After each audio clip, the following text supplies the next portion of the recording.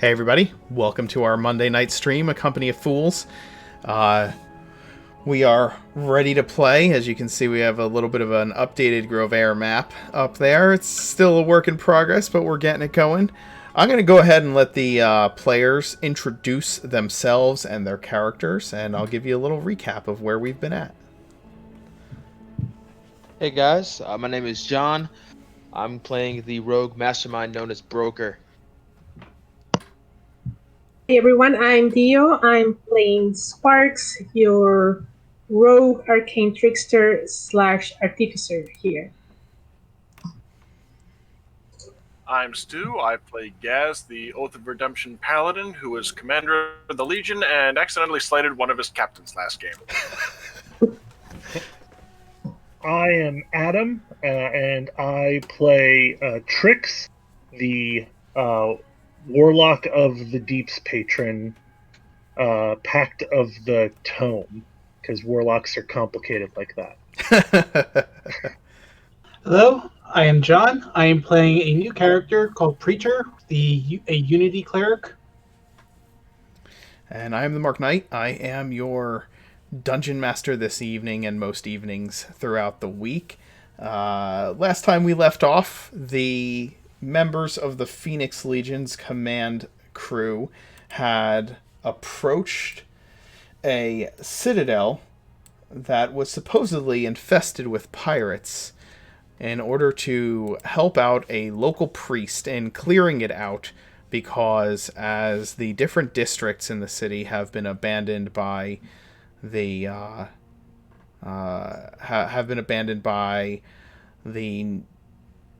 local nobility, they've had to fend for themselves since the death of the king. And so, concerned that these pirates would cause trouble in the district surrounding the Citadel, and believing that recapturing this facility would help to show that the Phoenix Legion was in the city in order to support the people,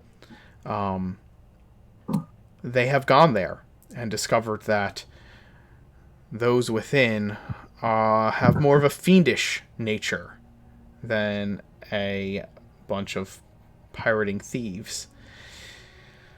So they have called on one of their junior officers under Lukash to come and support them as well. That being Preacher, the Unity cleric of Orad.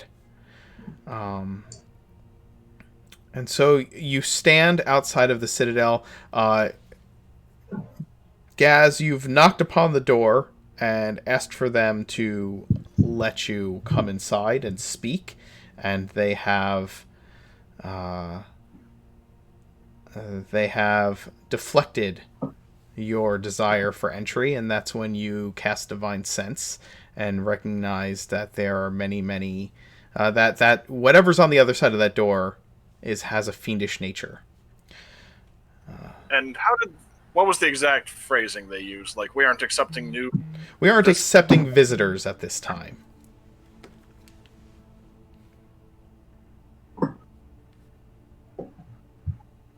Alright, I kind of whispered to Silver about the Fiend situation and order him to, report to the others that information.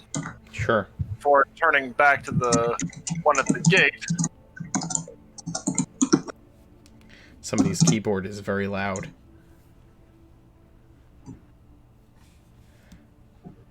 Before turning back and what? Trying to think of exactly how I'm going to phrase this.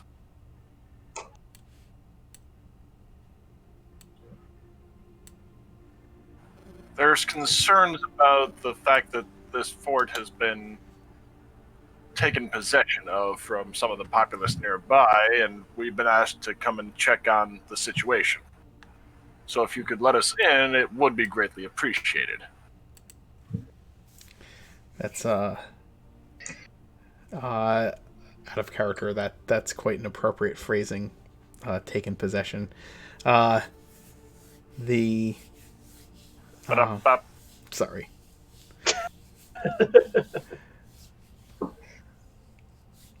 The red-eyed face that peers at you through this kind of slotted window in the door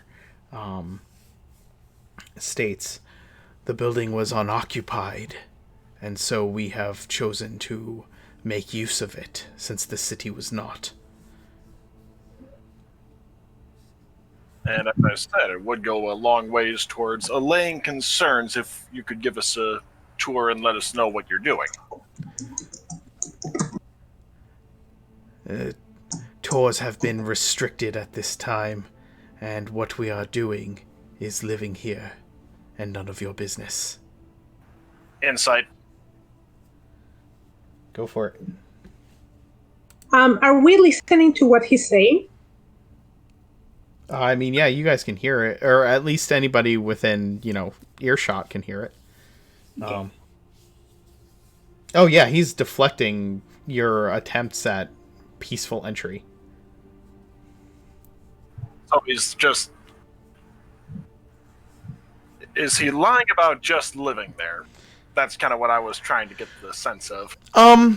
It's probably I don't know if it's a lie as much as it's lying by omission.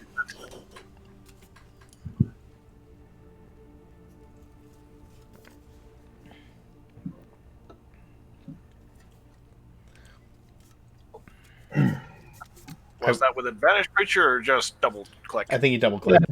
Double click. Yeah, he's my mistake. I'm new to this, so this person is not telling you the whole story, and that's very obvious. Mark, can I send my familiar in to take a look around? Yeah, you sure can. Raven was. Yeah, my Raven was there. Sure. And you can send your familiar in as well. Adam, does your familiar fly? No, it's a little poisonous snake because I felt it was appropriate for something with a swim speed. Like, how do you want to send this thing in then? Because that might be a little more difficult. Well, it's a tiny little snake, so if there are arrow slits all around besides just at the front door, I was going to send it around through the water and have it slither in somewhere else. Sure. Give me a... I guess give me... Just take a look. Yeah, he can look around. Stat block then. He can look around for a place to go in. Alright, so I have to pull up the stat block for a poisonous snake. Alright, so they're not trained, so it's just a straight roll. For stealth? To sneak in there? To sneak? You can find a way in. It can find a way in, but it's gotta... if you want it to go in unnoticed, I'm gonna need a stealth roll from it. Why did it have to be snakes? Dio, your raven has been flying around above the Citadel. It worked. Nice. Your raven has been flying around above the Citadel, and you can see into this courtyard below here through, through its senses. There is a under this kind of palisades that are up here, there's a structure that your raven can't get into. Closed doors, and this is as much as the courtyard as you can see. There's no one outside. There's no one on the walls. There's no one in the courtyard. There's no one manning the watchtowers. There might be people inside of the walled structure within, but nobody's actually up on the walls. Your snake slithers about, Trix, and finds a crack between some stones that it can slither into this building. And when he does, are you utilizing his senses? Yes. Okay. Of which he also has blind sight to 10 feet. So if it's dark. Okay. As he does, he enters from the front and ends up in a long hallway. The hallway spans this entire side here, right? Mm-hmm. There's a hallway there, and inside of that hallway, standing at the door, is a figure. The figure is wearing a heavy cloak and hood around itself. And he has his face kind of peering through a door looking out at Gaz. Your snake slithers up and can see several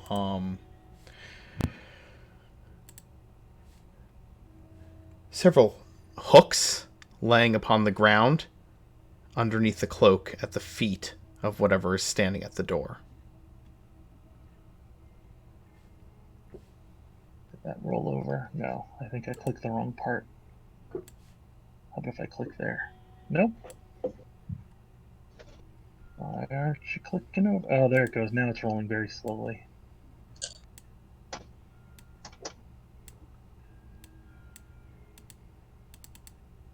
Did that. There we go. Is a 14 enough to know what type of demon that is with a religion check? Sorry, devil. Yeah. I'm gonna say that you have an idea. You've never encountered one before, but you've heard rumor of chain devils. You've known a little bit about them. Okay.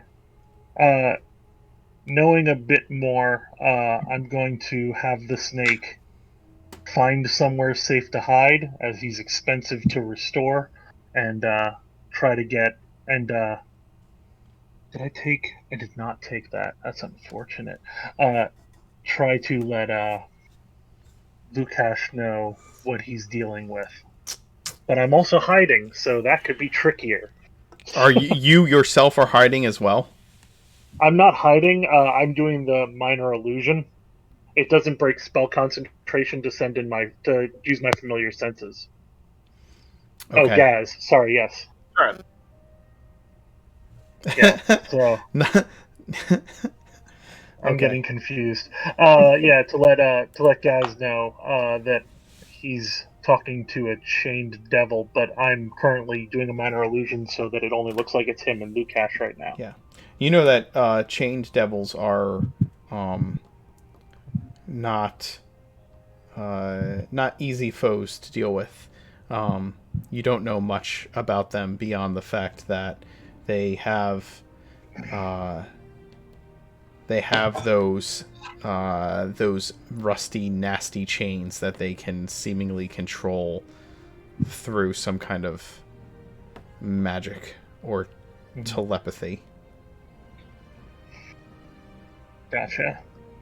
Only you had a swim speed. Yes, I'll ask what brought him and the others, presumably in the keep, to Grover. Wait, what's that? Gazel, while all this is going on, Gazel kind of keep him busy by asking questions, so what brought you to Grover?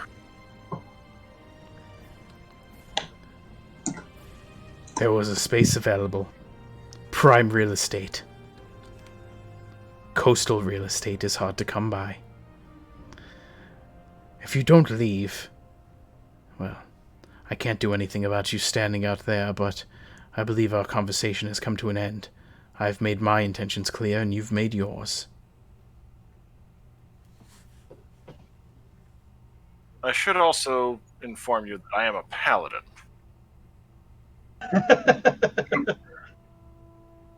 So I do know your nature at this point. So I would request your cooperation still, if you are willing to give it. Consider myself unwilling. Further unwilling, since you have stated so clearly that you are a paladin, as you say. I have less reason for you to disturb me and the fellow inhabitants in these halls. Good day, Sir Paladin. Our intentions are peaceful. We don't necessarily need to come into conflict. But I do need to know your intentions rather than being given the runaround. On what authority? I am commander of the Phoenix Legion of Robert. We've been away for 10 years, but have recently returned. And I'll show him the haft, although he might not recognize it whatsoever anyway, but...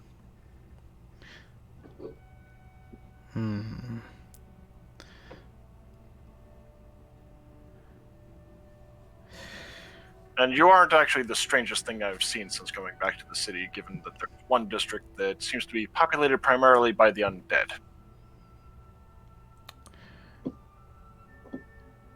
You say you come here in peace, not seeking conflict. You go your way, we will go ours. Then there will be no conflict. I apologize, but that alone won't be satisfactory because I don't know what you're up to and what your intentions are. Do you go door to door asking each person who lives in the city what their intentions are living in their home? If it took up in an armed fort, yes, I would.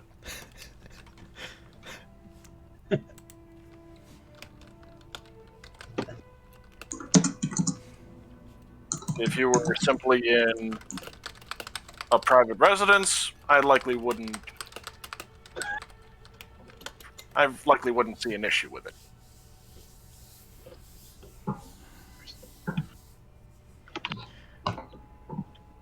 And out of character, is this fort the actual property of Robert, or... Yes, it's property of the city.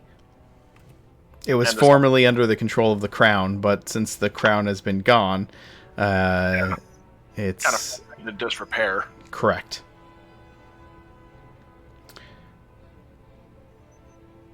You're stubborn, Paladin. You wish to enter and peruse our activity? And be informed of your intentions, yes.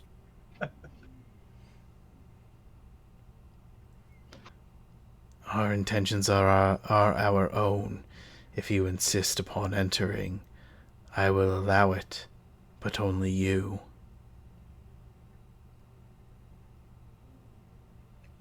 What about my nice little mount here? I'll kind of pat Urag's neck. She's rather large to fit through this doorway. That's bullcrap, by the way. This is a double door. The fort can clearly have carts go through this door. Please tell me Gaz is actually is not thinking that there's a way to solve this without combat. He might be. Done it before. He has done it before. Gaz will dismount Urag and send her back to where they are, and they have not been, or at least he hasn't shown any indication that he's seen where, and hopefully Silver also had the presence of mind to not go back to where they were and disappear. Like in full view, I mean. Say that again? There hasn't been any indication from the doorkeeper that he's seen the rest of the Legion yet, right?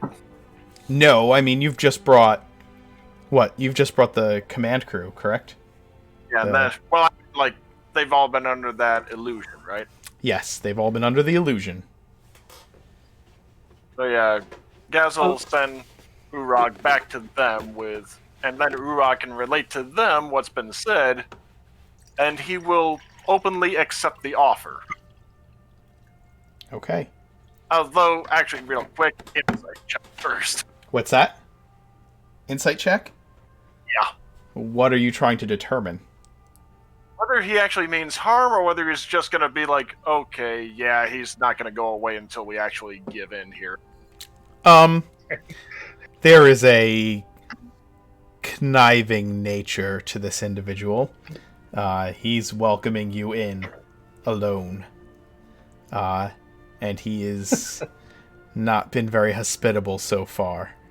And telling Urag, come back to the gate after letting them know and kind of cover their entry. Like basically wedge yourself in the door if need be and let them crawl underneath her. Okay.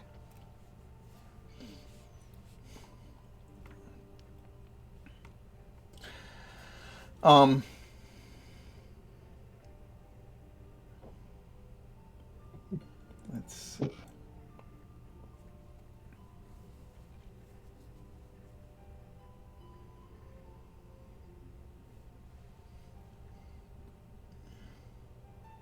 Okay.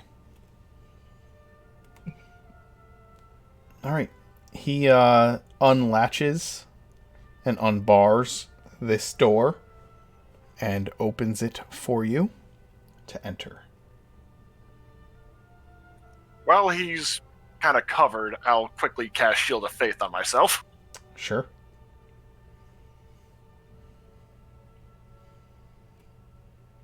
And he allows you to come into the fort.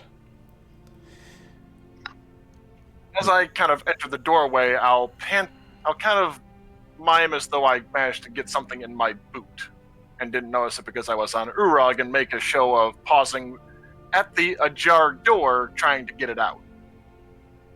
Make a deception roll. Let's see what the paladin does for deception. Eh?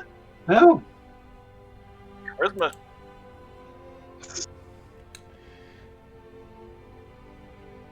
Get out of the doorway now. Alright, let me get my boot back on. Now. You're stalling for time. I don't appreciate this. I've allowed you entry into our home. Quit feigning. Alright. I'll enter. And I'll actually enter, but yeah.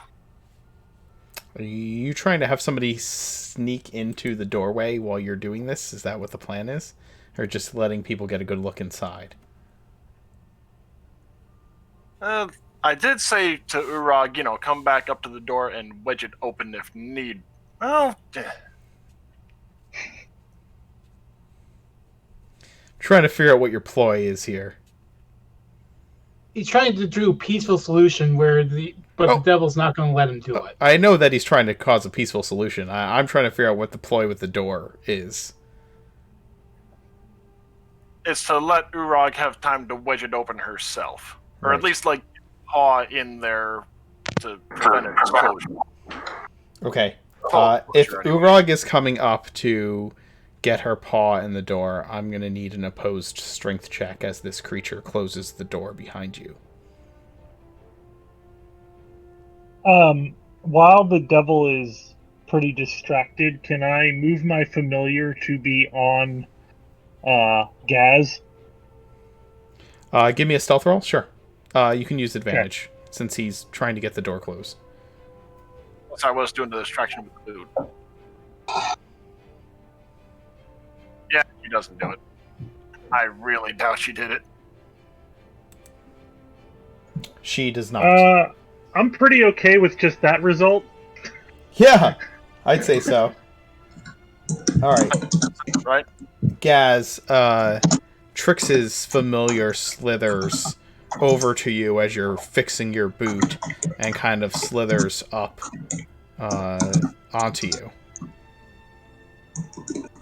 A motion for it to maybe go down my arm where my shield is. Okay. I have a variety of touch spells, including gaseous form. The door closes behind you, and you hear the heavy wooden bar fall across the double doors, and then a latch click. And the hooded figure keeps his hood low and keeps his hands puts his hands back into the sleeves of his robe. And as he turns to you, you hear the rattling of chains along the floor beneath his his robed form. Follow. Did he close the door and relatch it so they can't see out really anymore? Correct. Okay, I'm going to drop the illusion then. Okay. And I'm going to use my snake to cast guidance on Gaz, so he adds a D4 to his next skill check. Okay.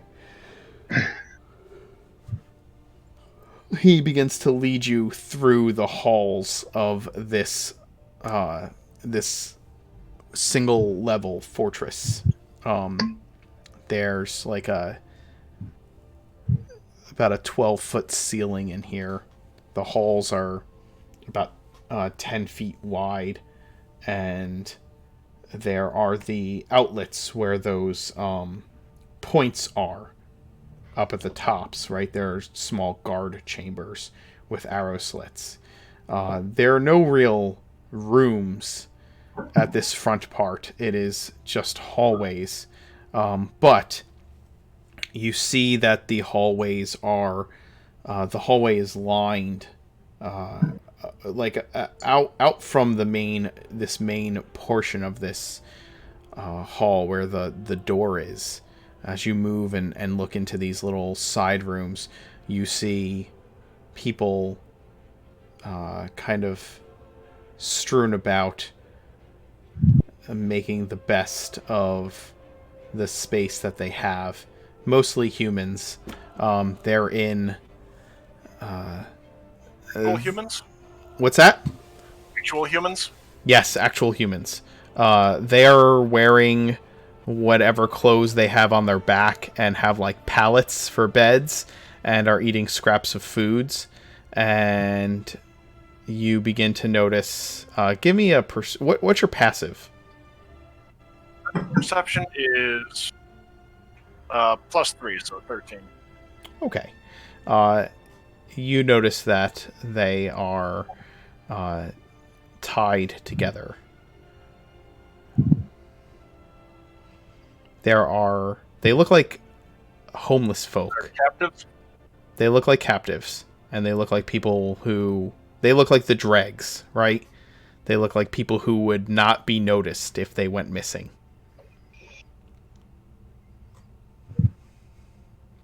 Humans, half-elves, half-orcs, maybe maybe a tiefling, but they're all people who are skinny and underfed. They look like they've been living on the streets, dirty, ragged. These are our guests. They live here in our home with us. I see.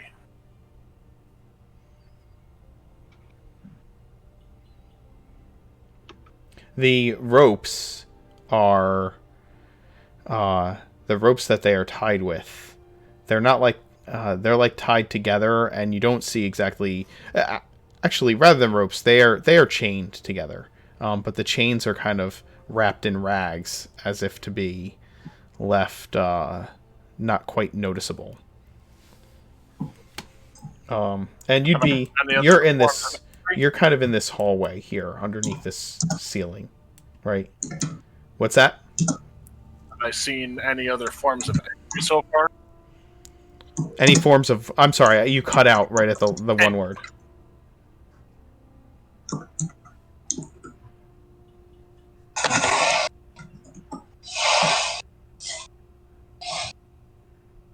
I'm getting a lot of background noise, I'm sorry. I've got the AC running in here. But I was asking you if I've seen any other forms of entry besides the one door there so far. As he leads you around, you see that there are like some loading doors on this side as well. Which makes sense, given the dock's presence. Correct.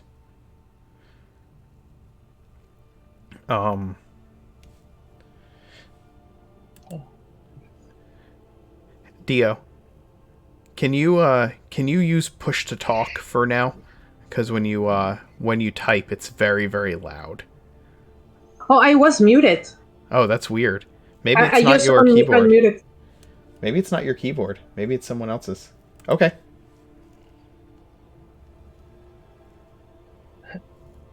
Yeah, okay, I'm not hearing your keyboard now. Okay. Um...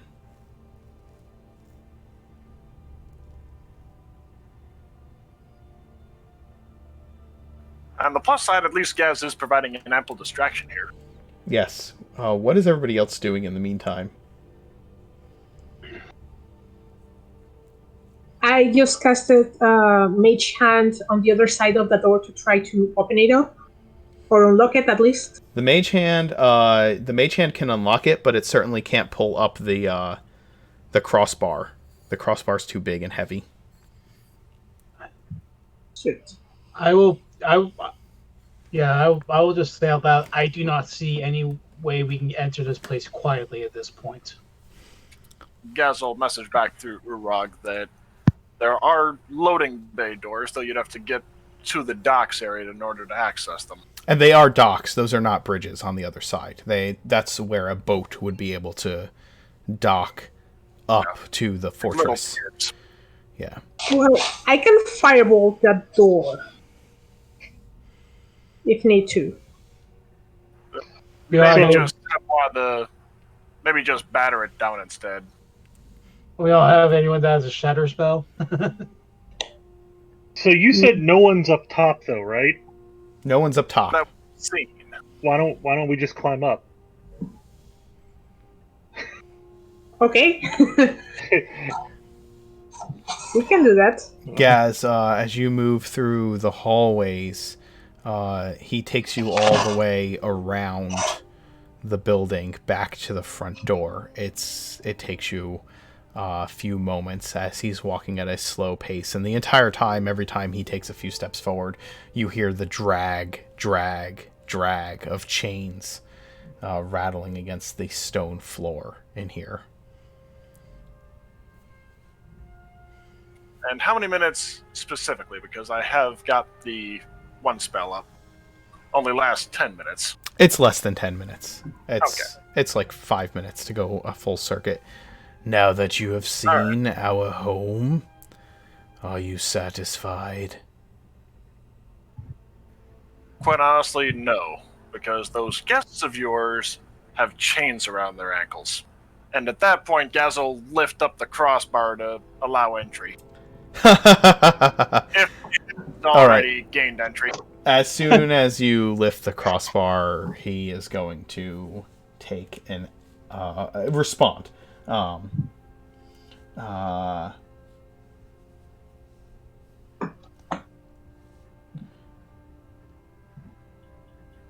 be said that Gaz isn't willing to hear someone out first. All It's also not that dumb. Alright. What the heck?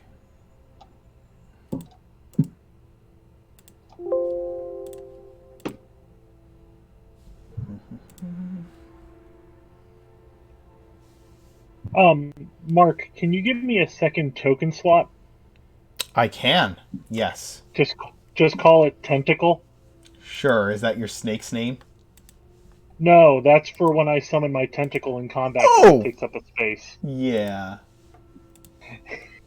I need a token as well. Interesting. Do you not for yourself? Yeah, I don't even know where to look for that. Do you see the character sheet Preacher under your journal? It's the tab that looks like a little newspaper. Yeah.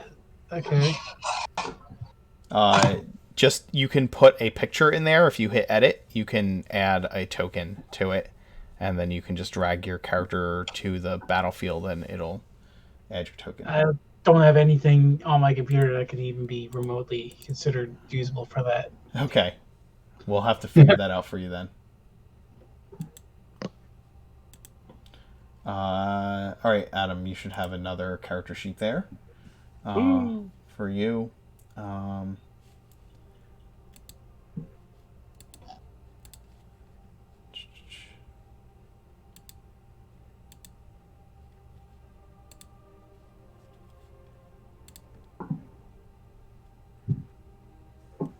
What is that? Let's see.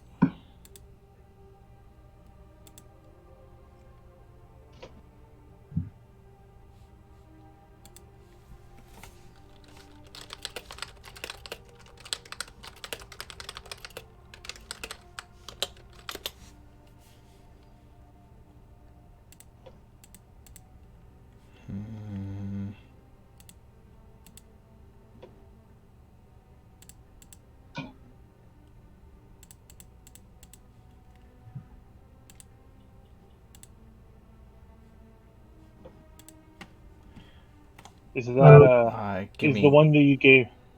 What's that? Is the one that you gave me the name of my patron? What's that? Did I see No. It just creates. It automatically creates a name when you like a random name when you put it in there. Yeah. Okay, So want that to be your patron? It's not bad, but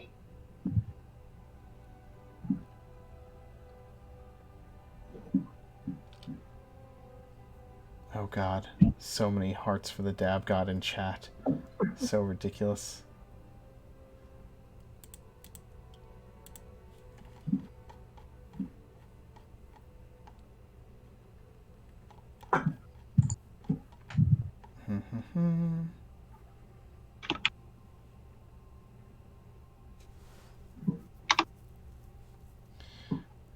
All right.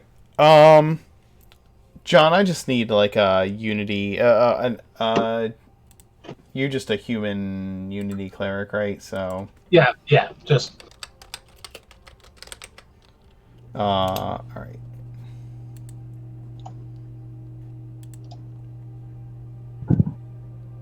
we'll get you a real boy icon soon. Yeah, you'll need an icon. You wear medium armor.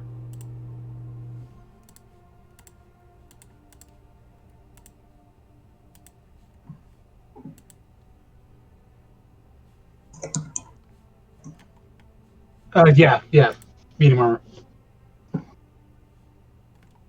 with the shield. With a shield. All right, I'm just gonna find an image that might work for now.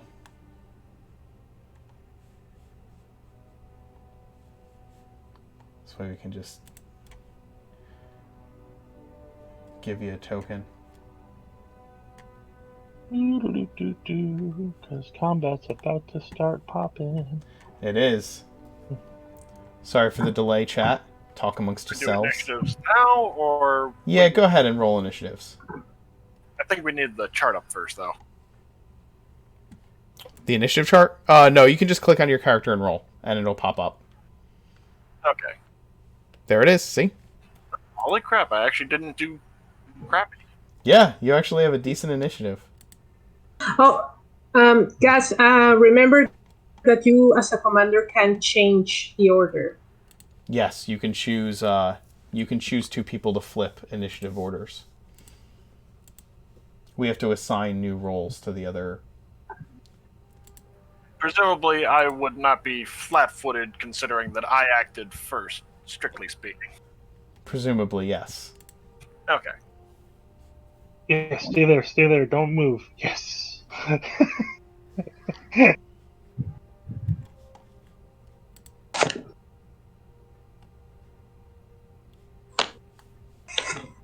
Didn't know initiative was an attack.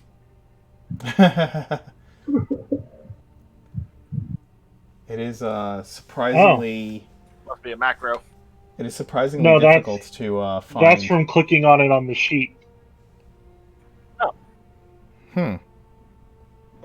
I clicked on the Roll20 sheet. I didn't realize we were doing it differently. My bad. No, that's fine. Oh, that's how I did it too.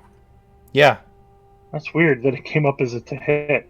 Yeah, that is weird. Did you do it through the character token? What? It's surprisingly hard to find a cleric that's not wearing heavy armor.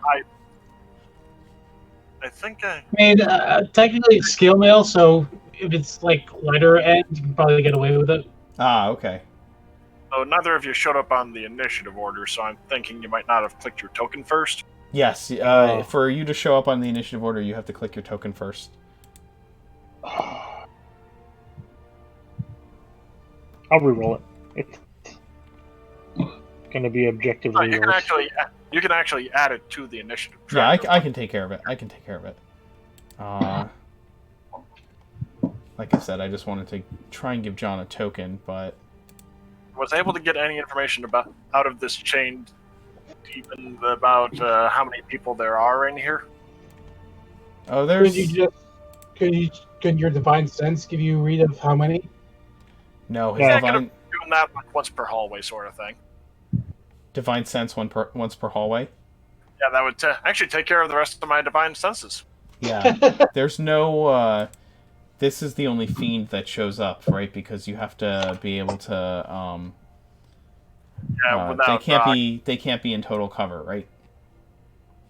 Yeah, it's on the depth of cover, but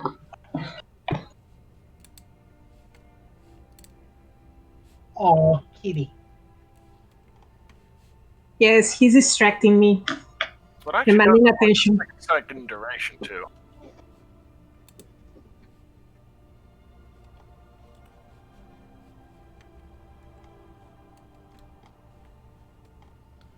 Get John a temporary Or actually, token. hold on to one charge, just in case. Okay.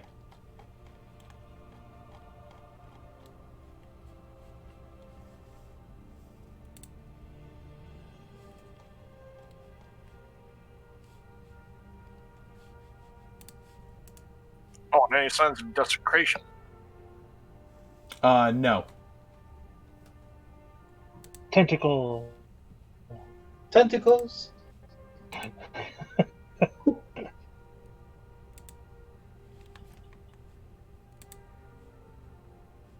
Sorry, John. I didn't realize you didn't have a token, so we're working on that. Oh, she's distracting everybody with the cat. Cat time. Cat distraction.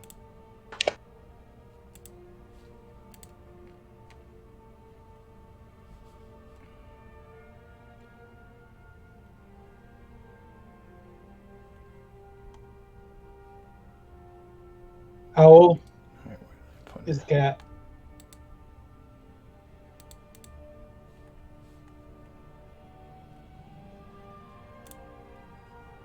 How old is the cat?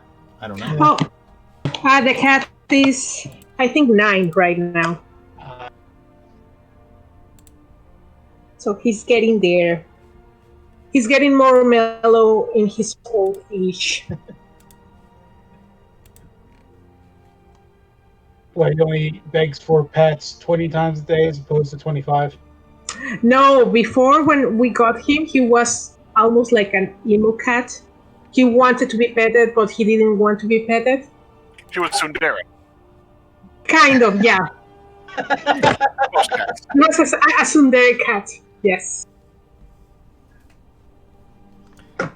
Oh gosh.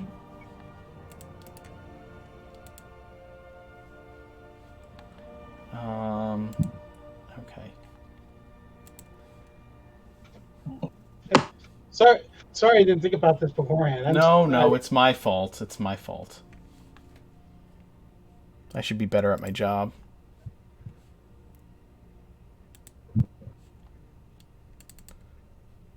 All right, chat. Everybody who's in chat, say hi. Ready? On the count of 3, say hello. 1, 2, 3.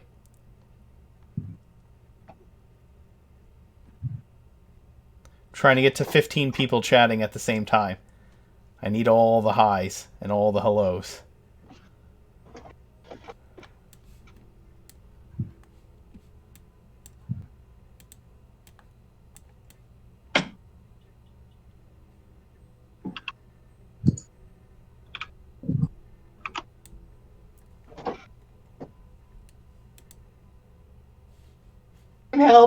I'm helping.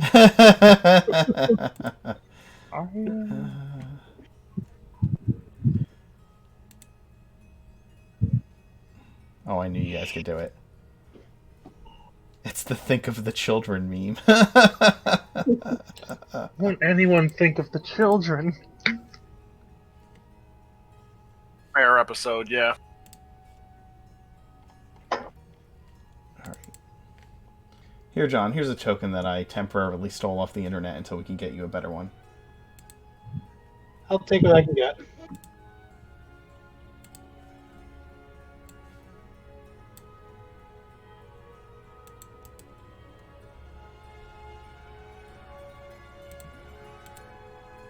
There you go. Yeah. Do you want me to re-roll my initiative, or do you want me to just keep the roll that I had and that in there?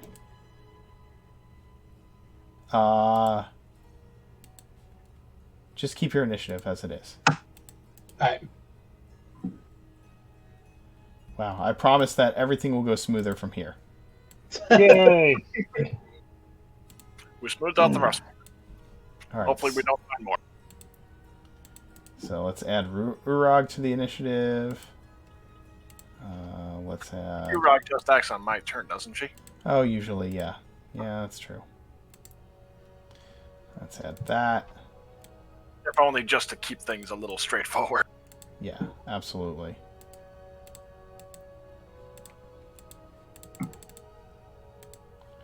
Roll initiative for the monster. For the villain. Alright, let's see.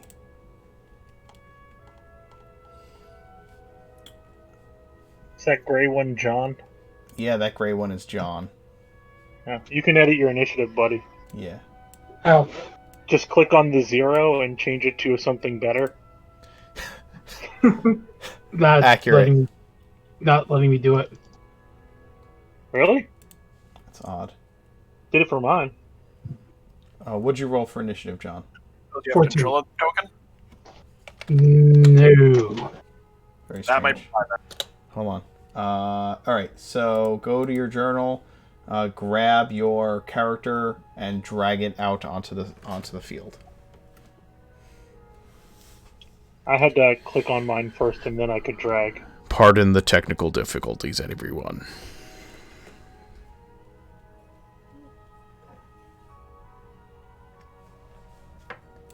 You do have your character sheet in your Yeah. Okay, yeah, there we go. Alright. There you go. Go ahead and I will add a turn into the turn order. And then just change your initiative. Done. Okay. So, they,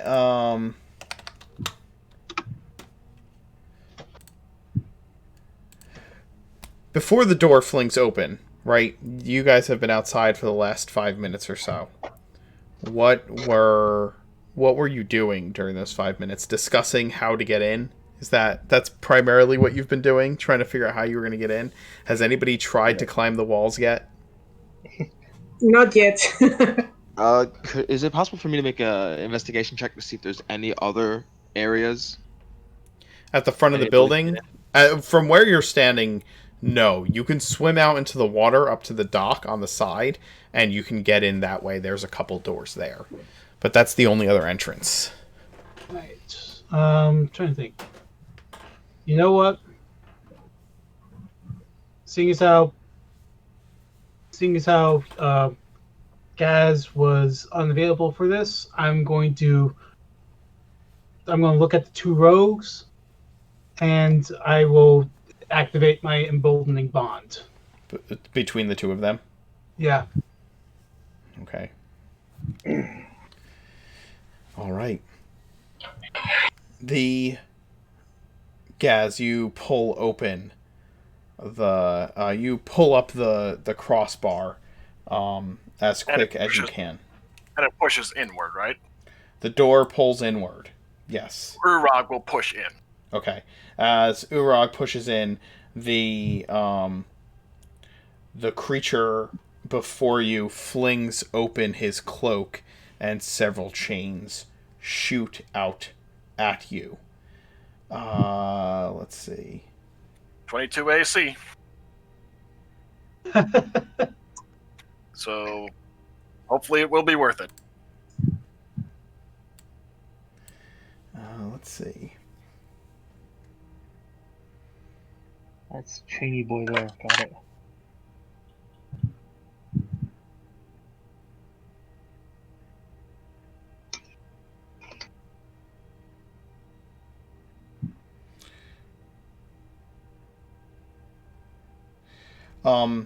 Some of the chains that are attached to the people in this building suddenly animate and come rattling over in your direction. On the plus side, it means that they aren't going to be getting hurt. they grow barbs and begin to move around you, almost as if they are as if they are alive. And that is actually his reaction to you pulling open the door. So, Sparks, Urag has just pushed in the door. What are you doing? And we should probably get some better music going. Go ahead. Is the guy in front of me? He is. And Gaspar Okay. also speaking loud enough to let them know. Yes. Okay, so I will. Does this count as sneak attack because he didn't know we were here? It would all count as sneak attack because Gaz is right next to him. Okay, so I will use my rapier on him. Go for it.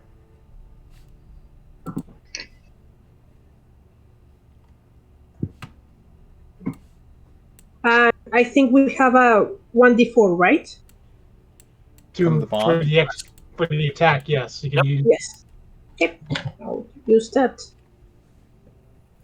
You used your... Is your dagger in your... Oh, that, I don't know why. I try to use the rapier. There we are.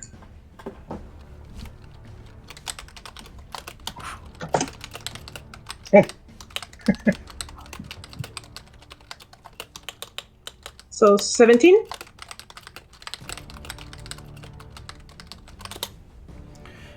17 to hit with your rapier will hit. These chains are like, he's like thrown his cloak open and these chains are like swirling all around him.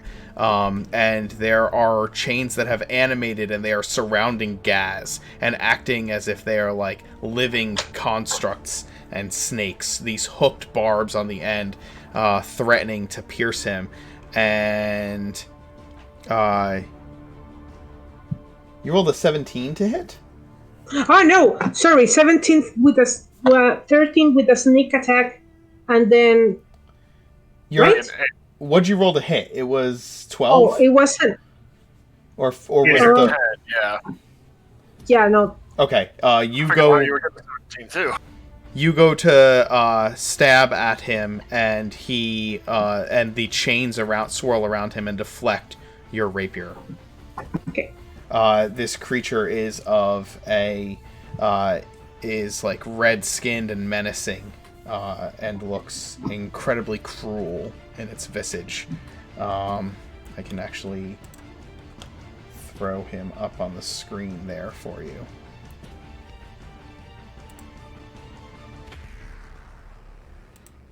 So you can see. Those are some crazy braces.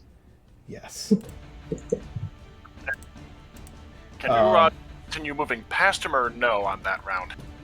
Yeah, you can have Urag move into the hallway. That's fine. Be able to get out.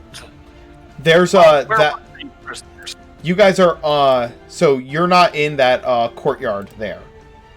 You're in the actual hallway itself, under there, about there. The We go on the quickest way to the prisoners. okay.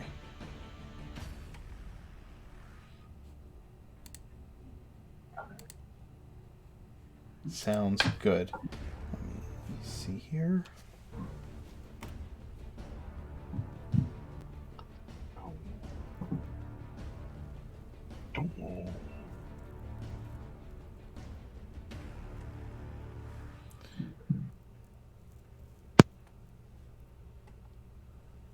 Okay.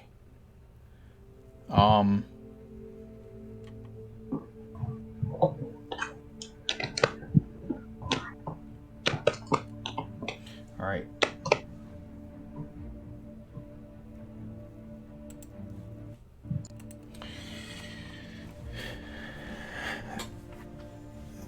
Sparks, you go to stab him, and you miss. Urag has entered, and is starting to head towards those prisoners who need the help. Quickest way. What's that? Which is the quickest way, left or right? Either way, there's prisoners in here and prisoners in here. Where? Inside the points. Inside the points are where the prisoners are. Okay, so each of the front points then. Correct. So these are the parapets. You are under the parapets right now, inside the building. And Right. yes, we do. Okay. I will scream at the Dragonborn in Draconic to help release all the prisoners and take them out of harm's way and protect them. Okay. You do that, and they get ready to move into the building. Tricks. So I start doing some sort of magical incantation, and I call out to my patron, which I named as Azathod the Dreamer.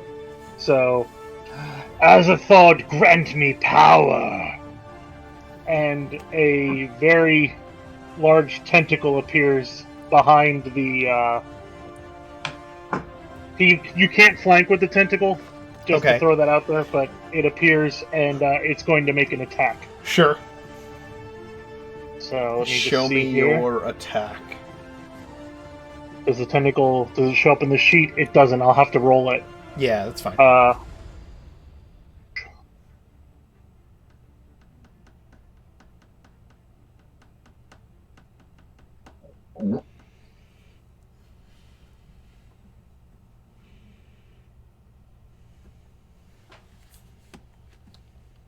16 to hit. That hits. You strike him in the back with the tentacle. For 8 cold damage. Ooh. I believe it's cold. Let me double check. Yeah, cold or lightning. So, and his speed is reduced by 10 feet. Okay. And so that was my bonus action. On my turn, the snake crawls from behind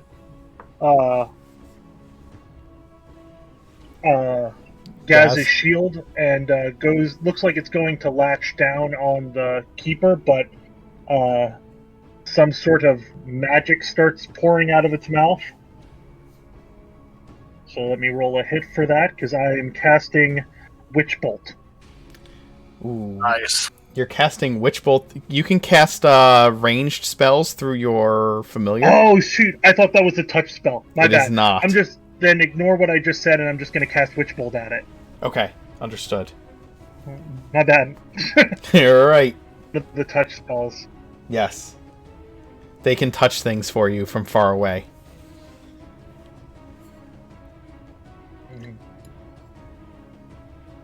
It's good. That all.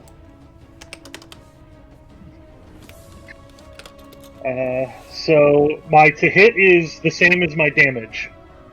It is, and it does. And it deals what type of damage? Lightning. Okay. The cold damage seemed to just kind of slough off the creature for the most part, but the lightning damage seems to pierce and penetrate it.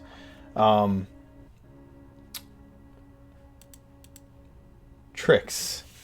Is there anyone particularly close to you that you've lost in your lifetime?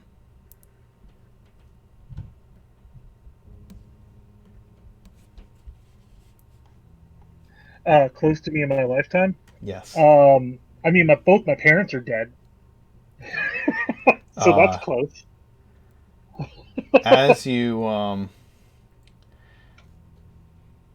As you move to make these attacks against the creature, his visage begins to shimmer. But we'll leave it at that for now. Okay.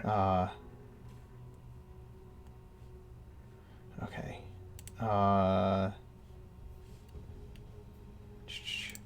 preacher? How about you? Is there anyone you've lost in your lifetime that you can significantly remember?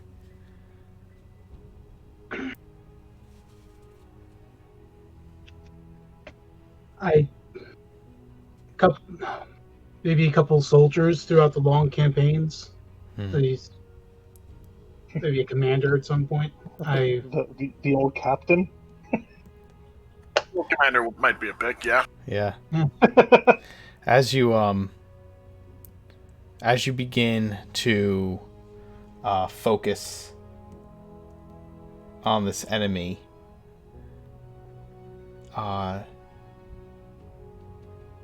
his visage suddenly turns to that of a lost comrade, someone you care deeply about who fell in battle.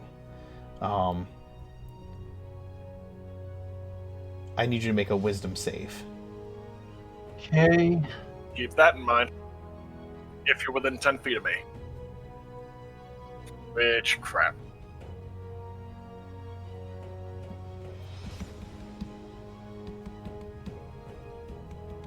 Hold on. It looks almost as if they are pleading with you not to harm them, as they are dying before you all over again.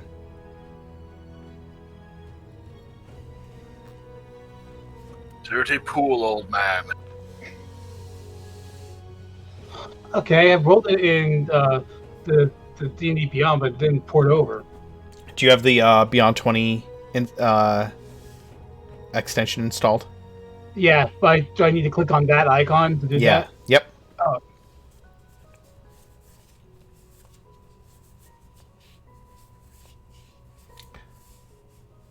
Always have to go through the walk through the motions of getting this stuff worked out whenever somebody does this for the first time.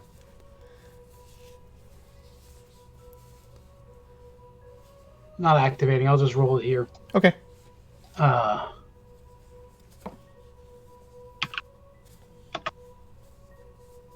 Sometimes that had happened to me, and what I do is instead of clicking on the numbers, click on the letters. If it's wisdom, just go to wisdom, not to the numbers.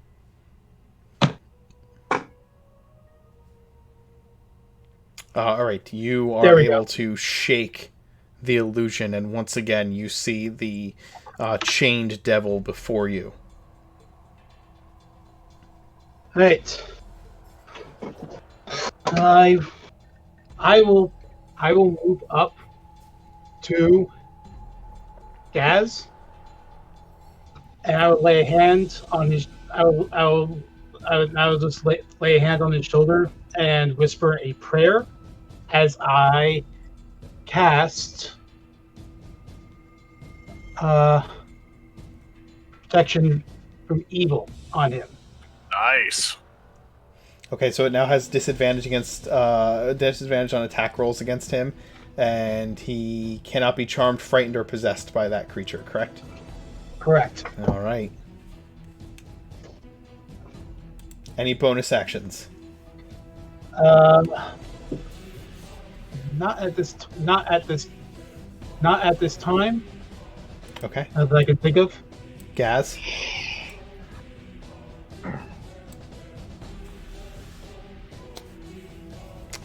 It is allowed its true nature to be seen. What do you do?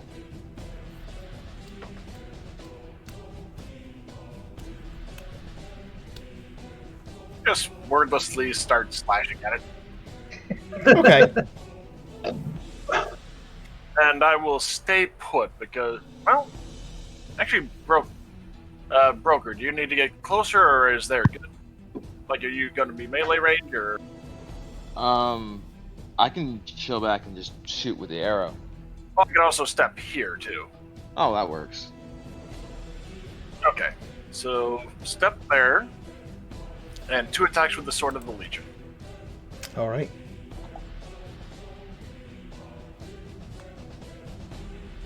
The first one hits. The second one gets caught between several chains and just gets deflected away. And with that first one, let's see here. Smite. Oh, that second one's real bad though. Yeah.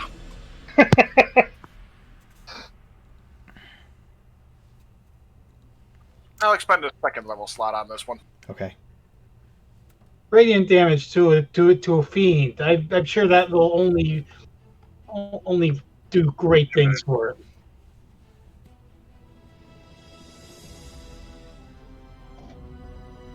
Rolling 1 times 1d8. What? You rolled a 6 on 2d8.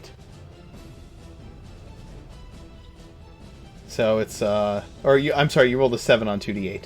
So Okay, I'm trying to figure out what the first one was, though. yeah. Anyway. Huh. That is weird. Oh, well. I don't know. It does 2d8 damage, correct? Your smite? Let's see. If Extra you damage use second of 2d8 level, for the first level slot plus 1d8 for each spell level higher than the. So it should be 3d8 total. Okay. no. Plus, it's a fiend. Can I just An roll extra- 3d8 instead? Yes, just roll 3d8.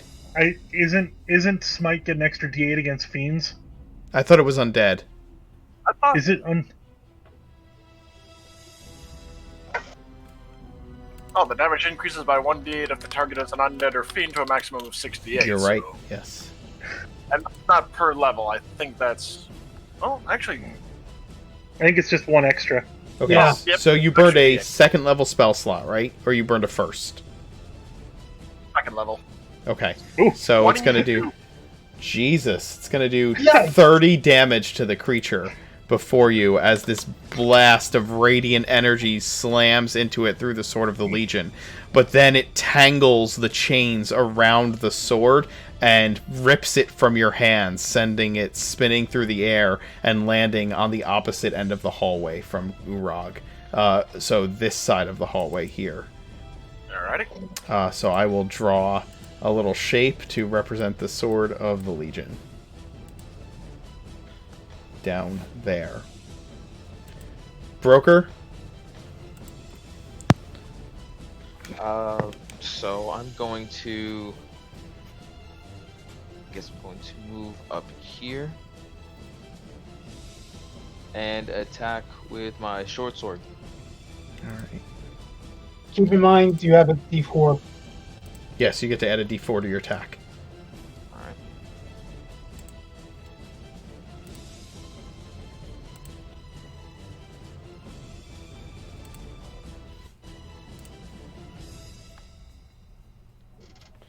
That is a hell of a hit. Yikes. For 15 points of damage on the creature. Your sword is non-magical, correct? Yeah. Alright. Your blade penetrates this creature, but he grabs your hand after you've stabbed him and pulls your body backwards, pulling the blade out of him, and he just stares at you while he does it. Do you have any bonus actions? I'm going to give, as a bonus action, I'm going to give Gaz the help action. Okay. As a free action, am I able to talk to him? Oh yeah. 1 second. I just want to check something.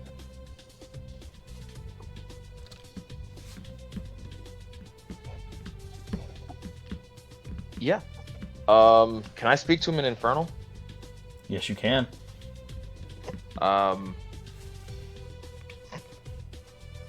What do you say to him?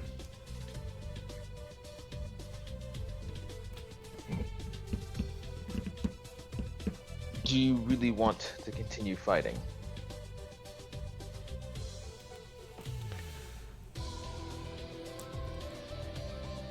He, without moving his mouth, speaking into your mind in Infernal, the words burning through your thoughts. It says, "This place is mine." And on his action, he is going to make 6 attacks. This could be interesting. It will make 2 against Gaz. 2 of the chains that have pulled out of the walls and have like started slithering around you attack you from behind, Gaz. The question is, do they count as being a fiendish source or disadvantage from protection from evil? Or I'm gonna say yes. So that first one is a 15 to hit with disadvantage. Nope. And its second attack is going to miss as well. Let's see, who else is in the room right here with you? Broker is everyone but me. Yeah, Broker is gonna take Broker's gonna take 2 of the chain attacks as well. That is a 15 to hit with the first one. Yeah, that'll hit. You're gonna take Sparks, if you want, you can use your reaction to give him resistance to damage for this round. I'll do that. Okay, so you would take 15, but you'll half it. You'll take 8. Okay, thank you. 8 slashing damage, and you are grappled. Alright. Until the grapple ends, you are restrained, and at the start of each of your turns, you will take piercing damage as the chains tighten its barbs around you. It will make its next attack with the other chain that is coming at you. The second chain is also a 15 to hit. This one does 8 damage. Does that also get halved, John? Is it all damage? It's all damage until the end of the current Okay, turn. so then you'll take another 4. This one will not grapple you. It will just hit you. Can I use Uncanny Dodge? To take half? More? Yes, you can take 2 damage from that one. Actually, you could have Uncanny Dodged the first one, but not the second one because you're grappled now, so I don't think you can Uncanny Dodge while your speed is reduced from the grapple. Okay. So the first one, it would have been 8. You can take 4 from that, and then you'll take 4 from this one, so it'll be a total of 8 damage. Okay. And you are you are grappled and being crushed and pierced by these chains. You can attack the chains themselves, by the way. Or you can, of course, try to break out. And then the 2 chains that are actually being controlled, like, on the person of this creature, not the ones that are, like, slithering through the hallways, will lash out through the doorway and at Preacher, one at Preacher and one at Sparks. The one at Preacher is a 13 to hit. Does not hit. Okay, and the one at Sparks is a 16 to hit. It hits, but I will use my Uncanny Dodge. Okay, so then because you're using Uncanny Dodge, you will only take 6 damage from it. Broker, do you want to use your reaction to give her resistance? No, he used it. Is Uncanny Dodge a reaction, or is that... Yes, it is. Okay. Then he can't then. Okay, so then you can't use Uncanny Dodge either, Sparks, because you used your reaction to have the damage on Broker. Oh, okay. Yeah. Okay, so you're going to take 12 slashing damage, Sparks, and you are grappled by the chain. So the number of chains grappling are 2. 2 chains are grappling. Broker, how bad are you? I'm fine. Okay, are you sure? Because I'm going to do something that is going to hurt you. I'm fine. Okay. Wait, fine hurt. Sparks, it's your action. Yes. I'm pissed, so I'm going to use my breath weapon. Okay. Is it a cone or a line? Doesn't say. Should depend on what type of dragonborn you are. It's lighting, so. Okay. I think that's line usually. You said you're blue, right? Yep. Blue is a 5-foot by 30-foot line, so it's going to go straight through the creature and into Gaz. Yeah. That's fine. Well, the thing is, because it's lighting, and we're all in chains, shown that also. I don't think conductivity really. Yeah, it doesn't play a part. At So least you'll just hit the creature and the chain that's connected to Broker is not connected to the fiend. There are chains that are just in the hallway. Okay. Yep. Oh, sorry. So I just see this human breathe lightning, and I'm like, okay. She actually, Hand gesture to cover. yeah, she actually Yeah. uses her hand gesture to cover it. She's an arcane Yeah. trickster, so she like puts a hand by her mouth and like shoots out as she's shooting out the lightning. She makes it look like it's coming out of a spell rather than out of her mouth because she's covered by the. Remember, she's covered by disguise self spell at all times. It's a So lot easier to think that a human just has a weird way of performing that spell than it is that a dragon. you can give me a.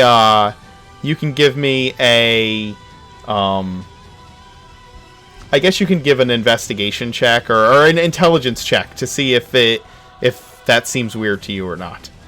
Maybe with disadvantage. Yeah, I would say considering the disadvantage because Sparks has gotten very, very good at this. Oh, those are Oh two my gosh. 16s.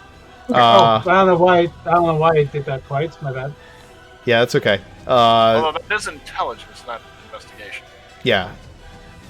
Yeah, that intelligence. Alright, Sparks, give me a deception roll with advantage. Okay. I'm very bad at deception. Let me see. Really?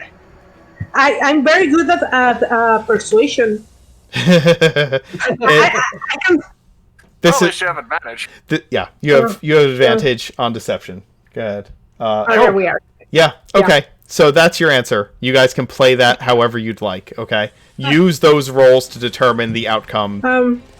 So you don't have to say anything right now. It's Hi. just- It's a little weird. Do you like how I perform my lighting thing? It's really good, right?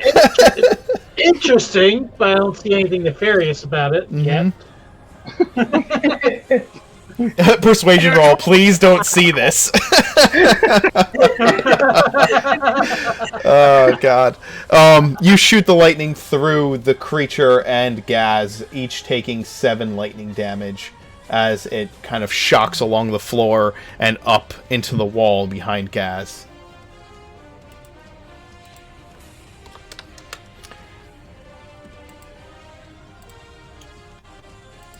Tricks. Oh, Sparks, at the start of your turn, you take,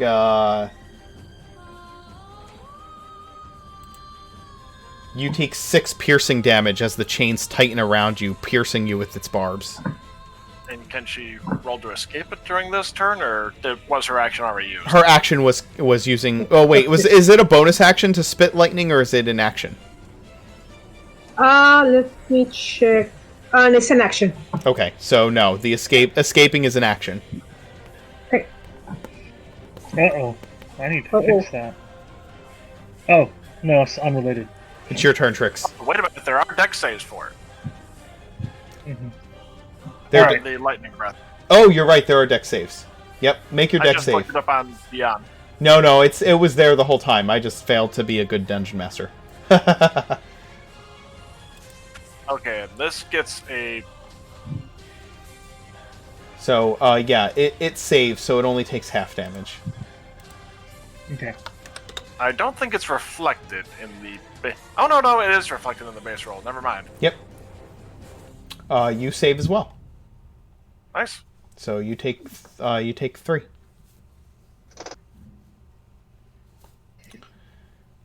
What are you doing, Trix? First, I'm going to use my bonus action to have the tentacle smack it again. Sure. That's a 17. 17 to hit will hit the creature with your greasy cold tentacle. Okay, this time I'm going to have it deal lightning damage. I was double checking while we were playing that I can... It doesn't say I have to choose a creation. Oh, So it's Interesting. lightning or cold. nice. Okay, it does the full 8 damage to it.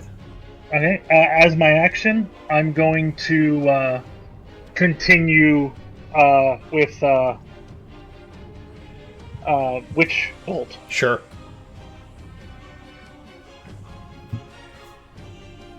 That's another 21 lightning damage. Jesus. Nice. All right.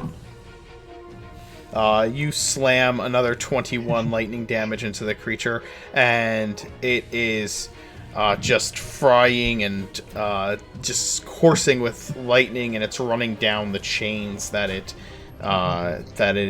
is holding onto it, and they you see them dissipate as it goes down the chain lines that it has, and it's like smoking, but standing just barely on its last legs. Wisps of smoke and the smell of burning flesh kind of pour off of it. Okay. And with a free action, I'm just going to look at it and say, "Your power is nothing compared to my patron." That's it. All right. Preacher. I am going to cast Guiding Bolt. In melee? Oh, yeah. Yeah, that's with disadvantage in melee. You can do a 5-foot step backward. That's what I'm going to do. It's going to take an attack of opportunity against you as you do.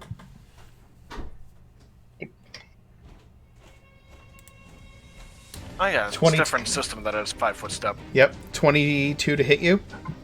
That hits. All right, you're going to take 7 slashing damage, and you are now grappled. So he doesn't move. So you are still there because you are grappled now. All right.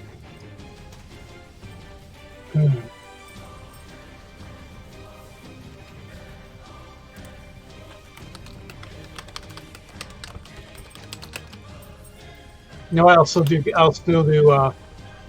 Guiding Bolt then. Okay. You have disadvantage to do it. Alright. So do you want me... Okay, so how do I... Just roll twice.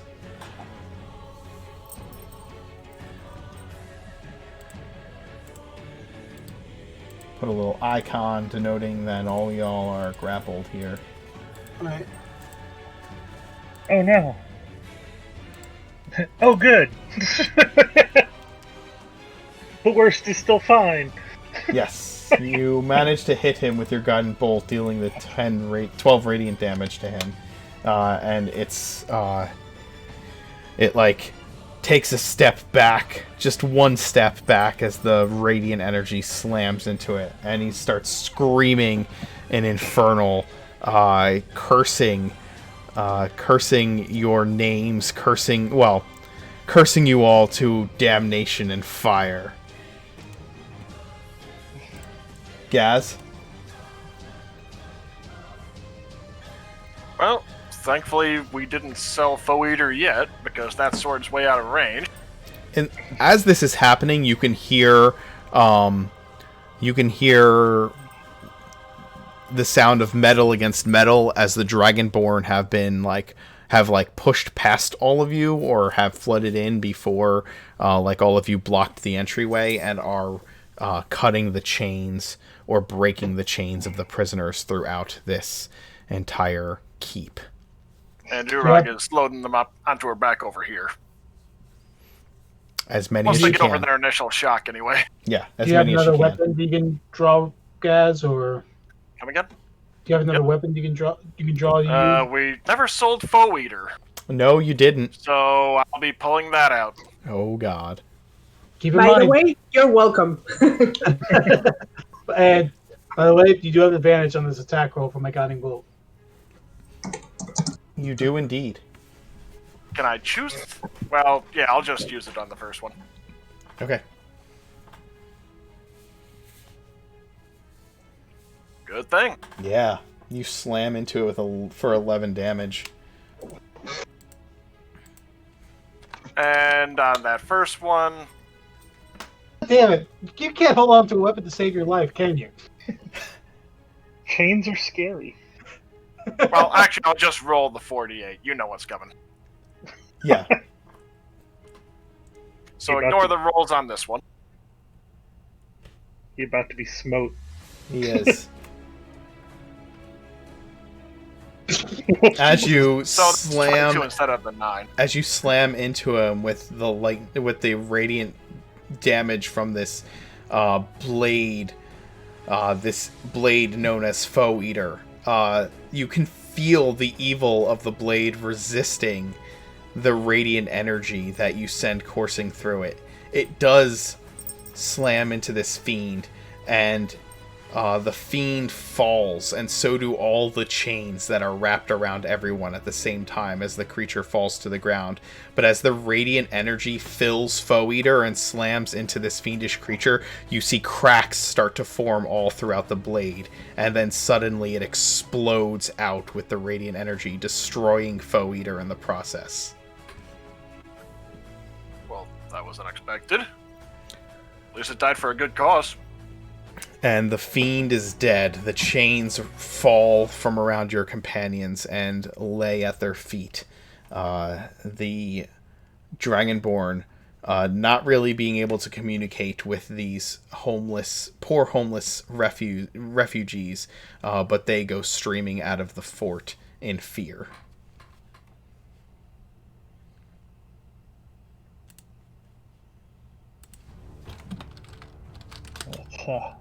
That's an Can I- interesting blade. Can I try to calm the people? It's okay, guys. We are the Legion. We just came to Well- help you out. The ones with Urag, at least she could speak to. Yeah, she's been like, calm down. I'm not going to hurt you. I'm with the Phoenix League. I'm with the Phoenix Legion. Yeah, just this giant warg talking in common at people and throwing them on her back, trying to keep people from being afraid Like, of her. throw them on her back. She kind of, like, kneeled down, like, hop Oh, on, yeah. I'll get you out of here. Of course, I know. Go They fetch the blade. what's that? Oh, absolutely. She'll go fetch the blade. Okay. Fetch you, Rog. You stand in the quickly emptying fortress as the Dragonborn continue to move through it, cutting people free to get them out of here.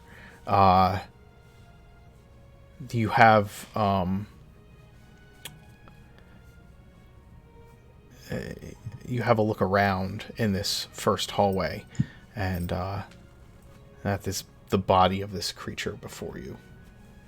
Is he carrying anything that is valuable? Loot! I'm gonna guess a length of chain. And there were Yes. boats outside. What's that? There were not boats outside. Oh, you said there were some boats, like, No. on the pier. No, I was saying that the pier the pier looks as though like it's where boats would dock. Oh, okay. Yeah.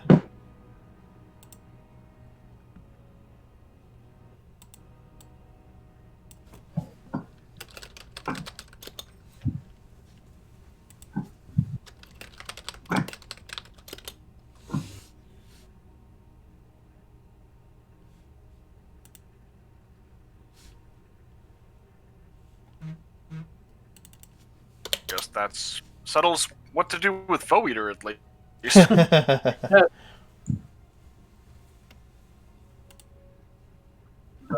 Actually, I think I'd try to, stop the people and calm them, letting them know where the Phoenix Legion want to help. Well, actually, can they actually run past us? Like we're blocking the entrance. The only You can entrance. get out of the way if you want, or they can just start piling up at the entrance. I think we will try to calm them down, tell them that we're with the Phoenix Legion, and if they need any healing or something, direct them to whoever can heal, and see if they need anything. Guess who? Welcome to the Phoenix Legion. By the way, I will ask that anyone who has been injured to gather around, and I start lowering my head and chanting a prayer, and I'm going to use. It's going to take a while, but I am going to use prayer of healing. Okay.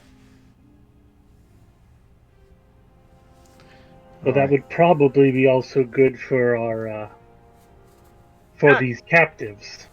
Gaz and Urag will step aside for that one. Okay.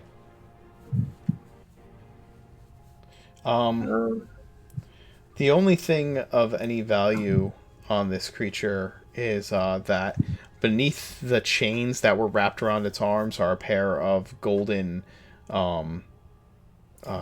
bracers. They are decorated with the images of chained and tortured victims.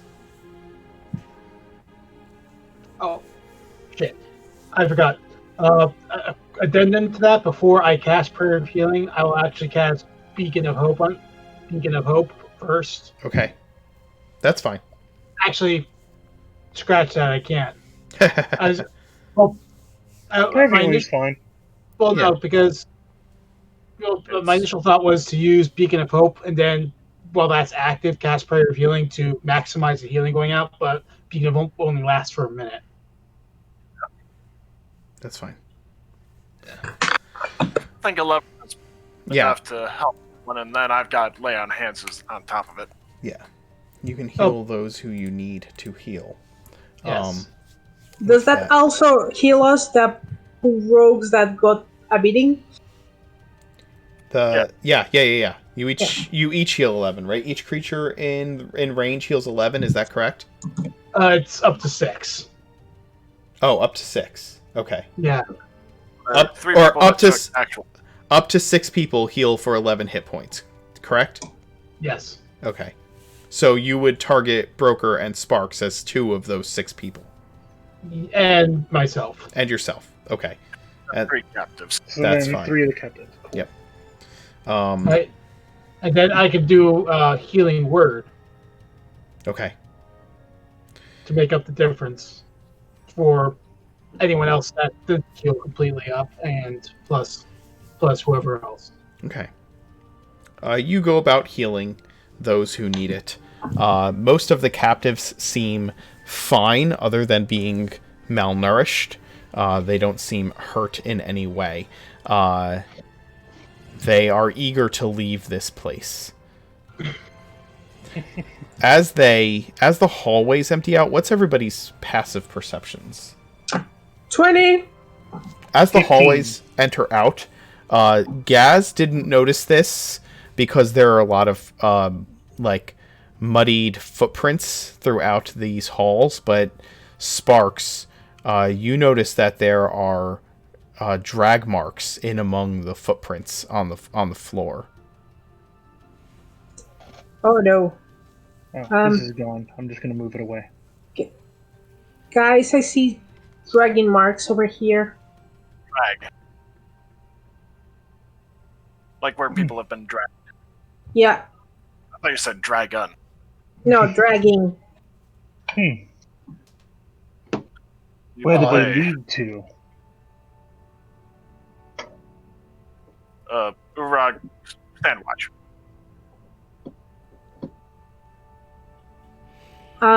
Before we go to investigate, I will thank the Dragonborn for their help. And I will tell them that we need to investigate a little bit further and to keep watch on the keep in case anything happens. And to listen to Urag for instruction. Urag doesn't speak Dragonborn. Crap. Nope. Okay. What to do? Funny enough, I get Prodigy next time. I'll be able to learn Dragonborn. Just follow his lead. At this point, protection from evils has been dropped off. Okay. Probably my shield of faith as well. Probably, yeah. Yeah, you're taking time to heal and looking at these bodies, and Sparks has noticed these drag marks, and you have the Dragonborn. Sparks, you have the Dragonborn escorting these people to safety. Is that correct, or just helping them get out of the building? I will say help them out of the building because they cannot escort them because they cannot Speak to anyone. communicate. Yeah. Okay. Yeah. All right. So they start. They're just ushering them out of the. But we fort. we can send Silver. Yes, Silver and Lukash can escort them if you want. Yeah. Where do you want these people? Where do you want to send all of these like homeless refugees, essentially? To the church. Yeah. The Temple of Arad, I would say. Okay. Oh, the shrine. The shrine. All right. Since he was the one that persuaded us to look into it. Okay. Sparks, what do you want It's to do? pretty easy Do way any for... of... Oh, go ahead. No, go ahead. I was going to say, do any of them look very physically capable? Because, we need additional people. And they could use work, it seems like, if they look like they're dregs.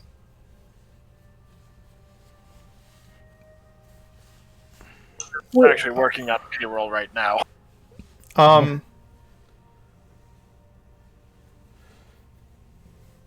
Some of them look like they could be put to work or convinced to do so. Yeah. Well, we also know where they're going to be, so... Let them rest for now. We can worry about that later.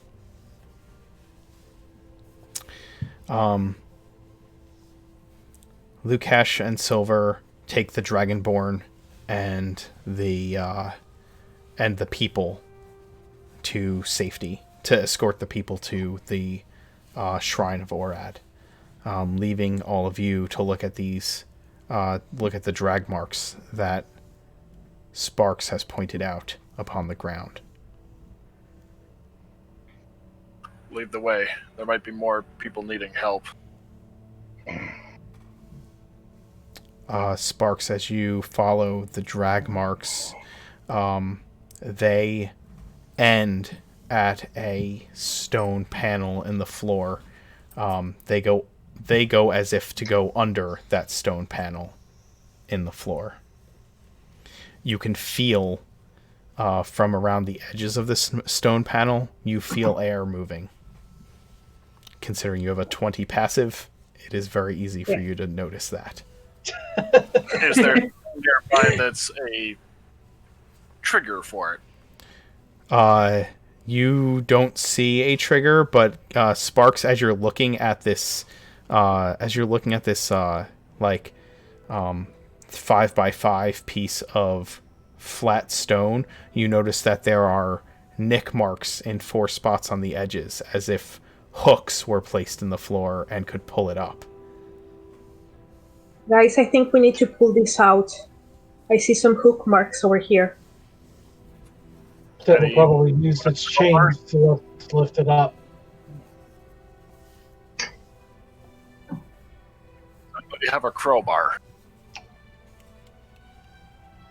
believe that I do, actually.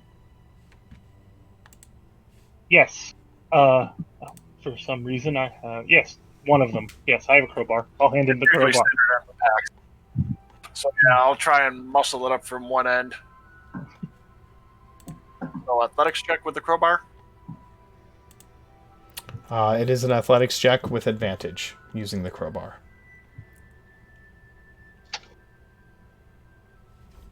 Well, Nice. think about flip it over. Yeah, you get that crowbar. You get the hooked end of the crowbar wedged under one of the corners that have the hooked slot in it, and you pull it up, and it just easily pulls up and over and lands with a thump on the floor in front of you, opening up to a set of stairs that go down. That go down into darkness. I'll go first. Anyone not have dark vision? Hi. Human, Humans here. but I can also cast light. So Oh, perfect. Thank you. Take the lead. I have to wonder if this chain devil found this or if he was good at stoneworking. Well, feel free to examine it.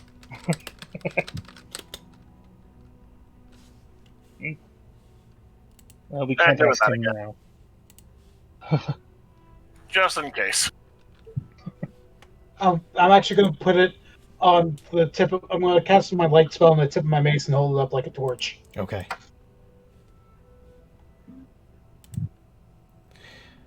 You begin to descend into the darkness of these stairs. They spiral down in an almost, it's almost just like this stone tube that you slowly descend. And we will take a quick break and find out what's at the bottom of these steps when we come back. Dope. Be right back.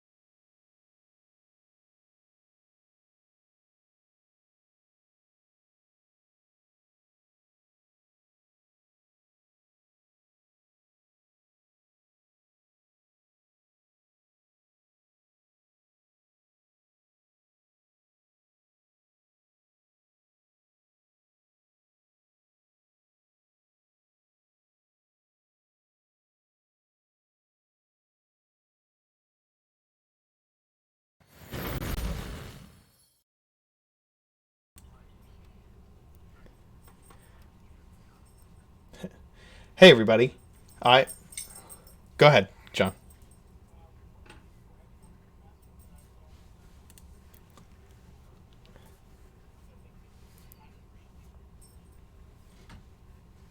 Hey, everybody. We're coming back. I do want to do some quick announcements while we're waiting for Adam to come back.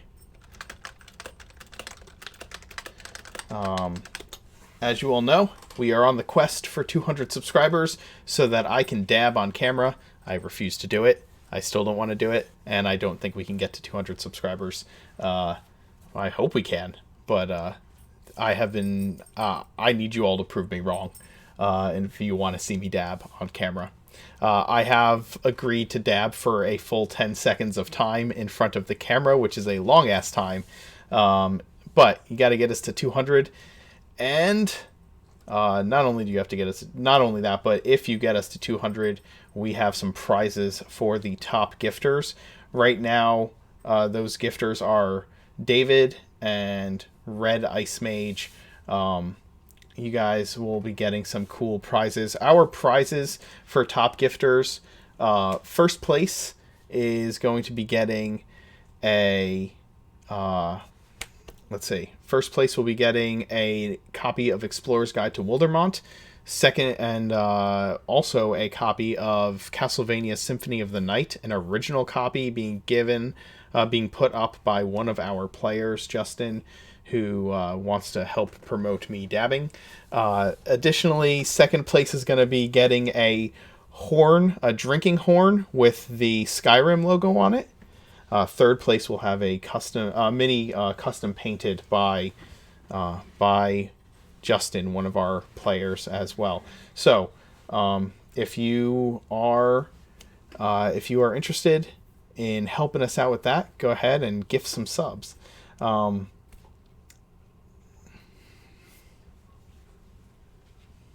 By Ephrata? No. Nope. He's one of our players in our Saturday night game.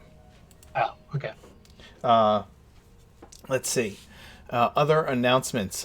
Sundays, our sister stream, The Loophole King, is starting to run a game in the pre-history of Oregon, about 1,000 years in its past, and I get to play in it.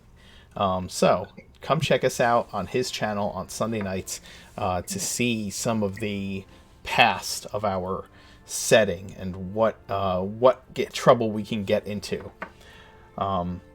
Farboco is our sponsor. They are a Lancaster local game store. They are getting their shipping up and running. It is something that they want to be able to do. It is something new since the whole pandemic has started, that they've been doing some deliveries and doing the online store thing. Please help support them. Check out their website. If you are local to Pennsylvania, they are completely cool with shipping to you. If you are outside of the Pennsylvania area, they are working on it, and consider supporting them by picking up some gift cards for when that is up and running. Let's see. Other announcements. We are quickly filling up slots for our new Friday night campaign. It'll be coming up soon. So if you are interested in being a player with us and not just a viewer, head over to our Discord channel. The link is down in the panels below, and apply. There are instructions for submitting an application right there on the Discord channel. So get in there, and maybe you can be one of the people up here playing D&D with us. Let's see. I had one more announcement. I'm trying to remember what that is. I announced that we're looking for that. If you play Diplomacy, we have an interesting event coming up also. Check out our Discord channel. I am looking for Diplomacy players right now who have a little bit of experience with Diplomacy. Hopefully, a few months, a year, 2 years. If it's something that you're interested in, get to our Discord channel. Check that out as well. As usual, all of this is brought to you by our patrons on Patreon, and those of you who subscribe. So we just want to say thank you to all of you who make this possible. We want to keep this going indefinitely, so keep supporting what we do. And You're welcome. Without further ado, we can get back to the game. Well, let's see. You have wandered down these stairs. The stairs have gone down and down and down. And you've been traveling, following these steps in the dark for a good 20 minutes or so before you get to a door at the bottom. Sparks, you want to listen in?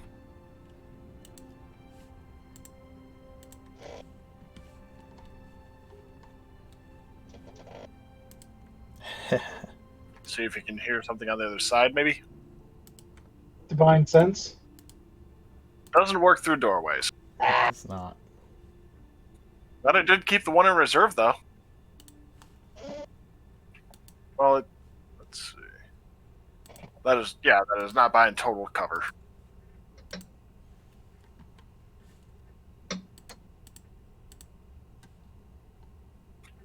Or should we do just her passive 20, because that's, a passive 20 perception. You should Yeah, take she a has look. passive Sparks. 20.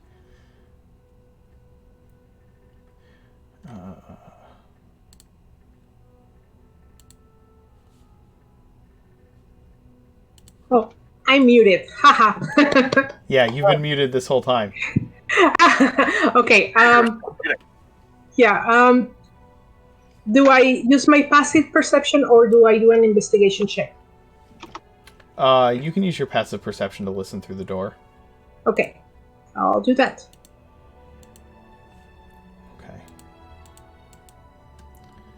As you listen in to the darkness, your ear pressed against this door, you hear things moving on the other side of it. As in rats, as in people, as in more chains. Not more chains. Well, guys, there's something on the other side moving. I'm not sure what it is. It's not chains though, so Probably related to the devil's true purpose of being here. probably. Everyone move back a little. I'll open the door. Unless we want to check the traps first. Check for traps. Okay. So that will be an investigation. Yeah, that will be an investigation to check for traps. That is a good investigation. Broker, you look over the edges of the door, and at the latch and the handle, and there seem to be no signs of any kind of trickery about. The door seems just like a old wooden door, reinforced with some metal bonds. It looks fine. Okay, open it up. Alright. You already have us on this map or no? I do not have you on this map. You open the door into a room that is lit by torchlight.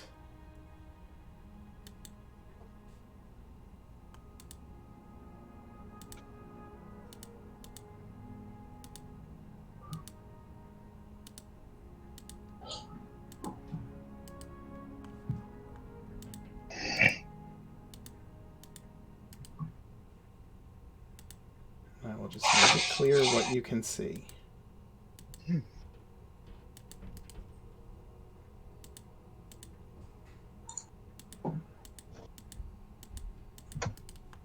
Is this basically a prison area, or...? No, there are several openings in this room. As you look out. It's hard to see the walls because of the shrouded darkness around them. But there are walls here. I'll have Urag move to the opening just in case. Well, you were in a 5-foot cube hallway, stairwell going down. So I don't know if Urag could fit into that I stairwell. mean, like at the top of the stairway. Oh, he's at the top of the stairs. All right. Remember, you've been climbing down these stairs for like 20 minutes, right? But I guess you can telepathically communicate with Urag, so that doesn't matter. Urag is standing at the top of the stairs. What was it again? I think a mile or Yeah, I'm not 100% sure. I don't. something kind of ridiculous. Yeah, it is. It's something ridiculous. I think it is. I think it's more than that, actually. It might be a mile. All in this room, there are rats scurrying about on the floor. And there are bats kind of flitting around around the ceiling of this room, just flying about. The rats running all over the floor, and as you enter into the room, you see handfuls of the rats scurrying out of each of those doorways as you enter in. And towards us or away from us? Away from you, heading out of those doorways. All right, because last thing I want to deal with today is a rat swarm.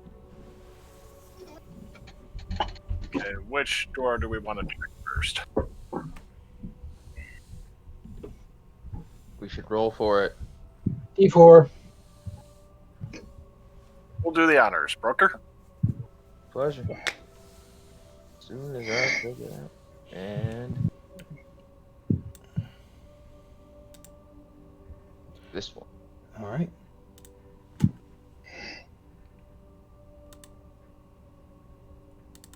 All right, I'll head in first. Should we check for traps at least?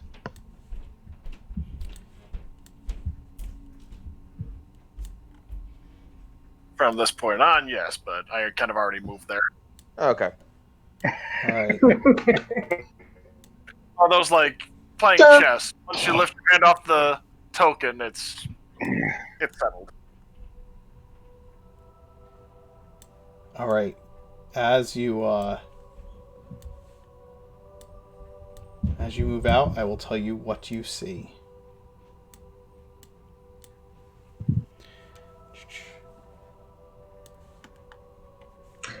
Is it possible for me to stealth or no because it's narrow? You can try and stealth behind your allies, like along the walls. You know what I mean? Yeah. I'll try to do that. Okay, you're standing. Position yourselves where you are as Gaz walks out of the doorway.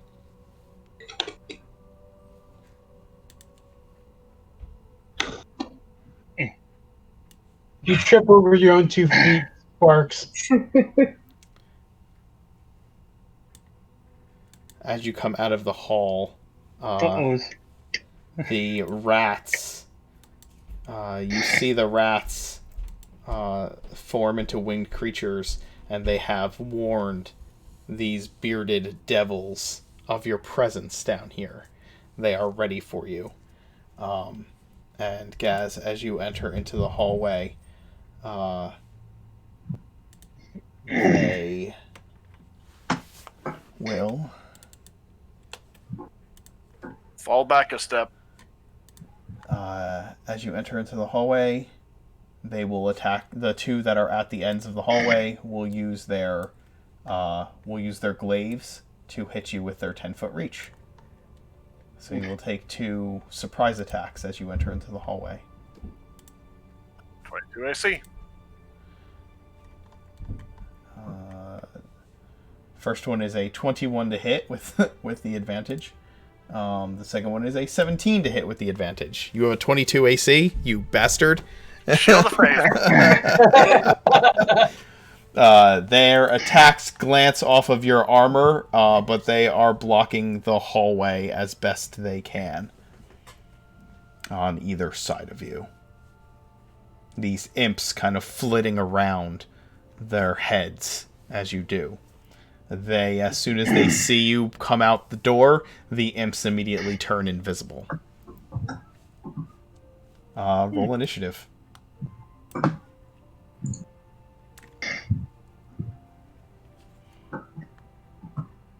Oh, you know Presently what? not crap initiative.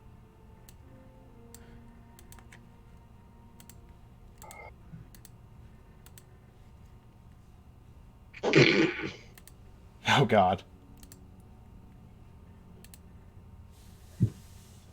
Oh, I'm the one with the crap initiative this time. Hey, where did Sparks go? 12. So not bad. I have to edit mine. All right. Let's do this. You can add me in there. I will. I'm gonna get the ball rolling here on this our playlist here.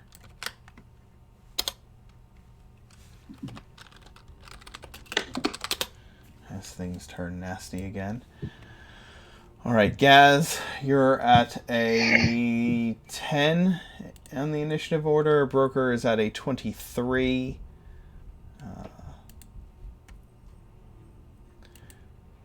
We have Preacher at a 3. It's not showing up. Yep.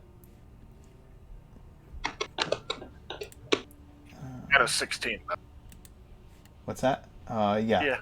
Trix has a 16. We'll get him on there. Oh, Preacher's on there twice. No, he's not. I'm wrong. The icons are slightly similar on my tiny screen. Gotcha. Sparks, what did you roll for initiative? 12. 12. Okay. All right. Where's your token? Oh, there you are. You're the only one that's in purple. Eeh. There you go.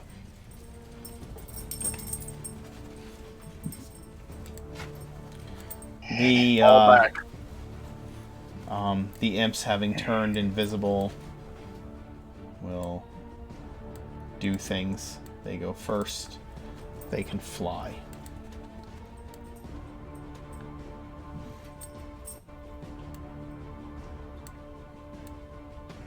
They pop out of invisibility, flooding back into the room that you were in, and begin attacking as they reappear from invisibility.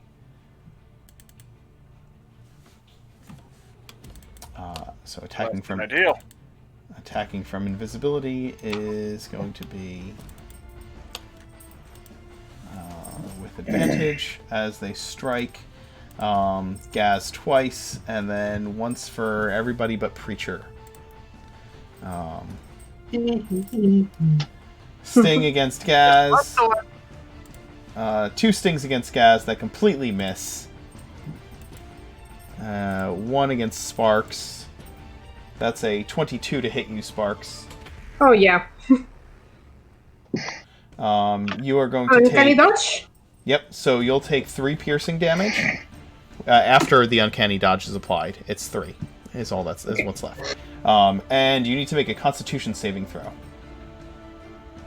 Oh, dear. And you are at a plus. Let's see, +4. Yes, you have +4.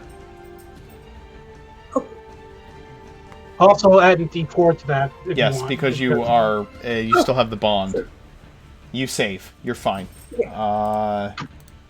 Broker, here comes an attack on you from one of the imps. That is a 16 to hit you.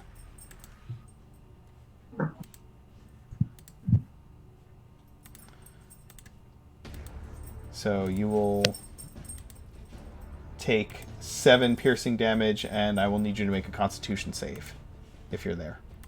Yep, I'm here. I'm color coding the imps, so you can tell me which imp you're attacking. I will color code the bearded devils as well. So it was a +4 and... So you're at 9 right now, and then you get an Yeah. additional D4. Okay, so I'll roll the D4 real quick. 10. That you are... you take an additional 10 poison damage from the sting. Am I able to do uncanny dodge still? The uncanny dodge, I think you could have done... Can you do that for the poison or just the piercing? I think it's just the piercing. I think just the piercing. Okay, so you can reduce the piercing, yes, to 3 instead of 7. And Okay, so you take... But you still take the 10 poison damage. Yeah. Sparks already used her reaction, so she Yes, can't she did. give you the... Broker, it is your action. You are surrounded by imps buzzing about your head as they fly over you with their tiny stingers. Are they? Am I able to reach them with a short sword? Yes. All right. They I'm gonna. they have flitted down and stabbed at you, so I'm going to say that you can probably attack them as they do that. Okay, then that's what I'm going to do. Yes.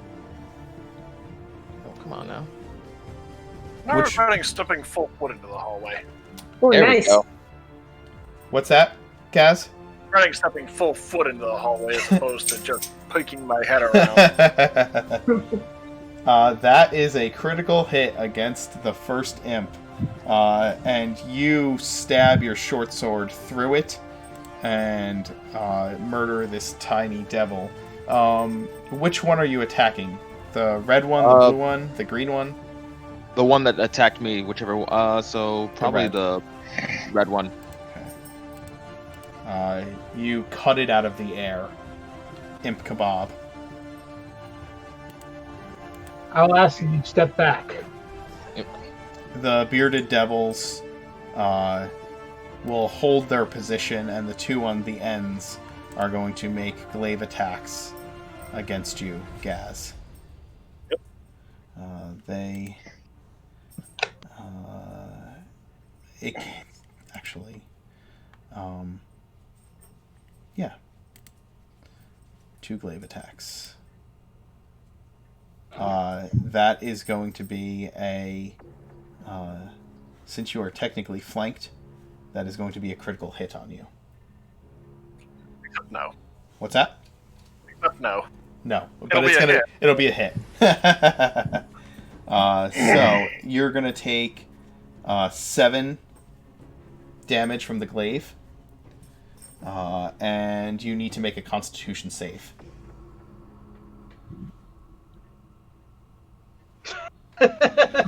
You're fine. The one behind you is going to attack as well, and that is a 23 to hit. Honest to God, it rolled 23 with it. So, you're going to take another 6 slashing damage, and I will need you to make another Constitution save. God damn, 23 Constitution! Well, for protection. Yeah, and you were worried about the fact that you're the only tank in the party. I have a 22 armor class. I can't be critical against, and I roll Although ridiculous. I do need to roll. Should we factor those Constitution saves as the concentration saves as well, or do separate ones? No, you'll have to do separate ones for the for that. So yeah, your armor class, your armor class goes down.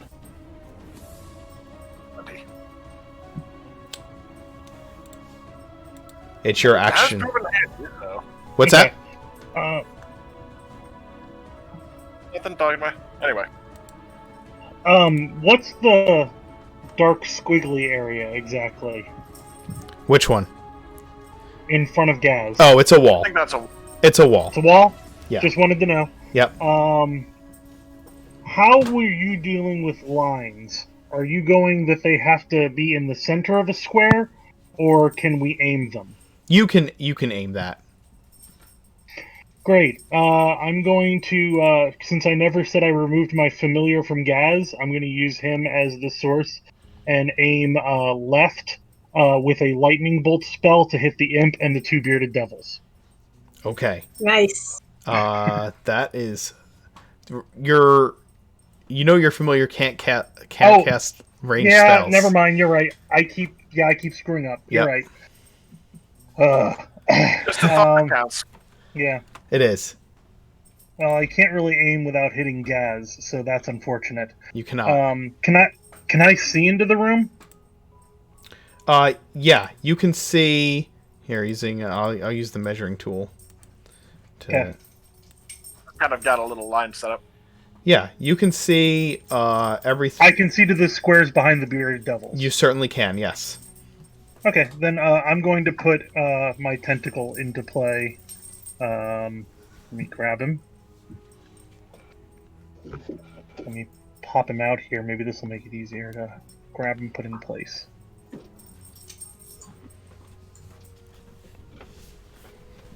Hey, it worked.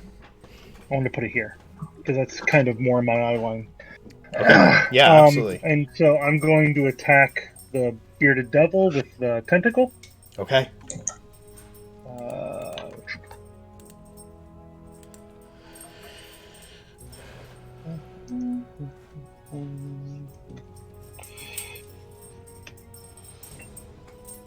That is a 15 to hit. Let's say blue bearded devil. Okay. You attack the blue bearded devil. And what type of damage are you hitting him with? I'm going to use lightning again. Okay. You deal... how much light... It does hit. How much lightning damage do you heal? You do deal to him, not heal. Deal. It keeps rolling an 8 every time. Wow. It's the third time in a row. Jeez. Freaking max damage every time. Ridiculous. Broken. Hacks. And I'm going to then, for my action, I'm going to turn around to the imp that's behind me. And I am going to use Primal Savagery as a claw summons out of my... A spectral claw summons out of my hand, and I swipe at him with it. Okay. Go ahead and roll to hit the creature. Oh, yeah. Is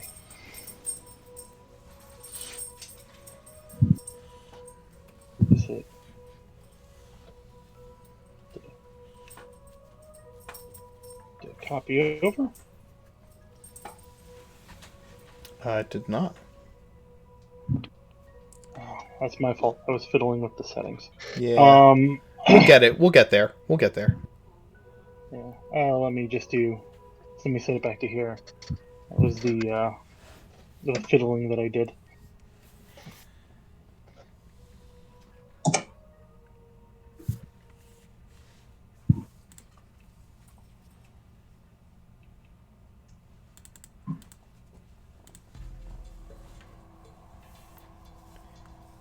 Getting it?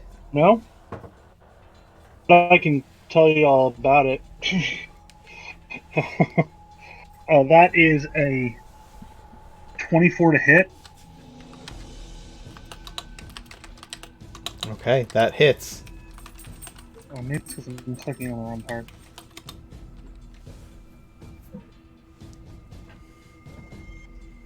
Oh boy. For 3 damage.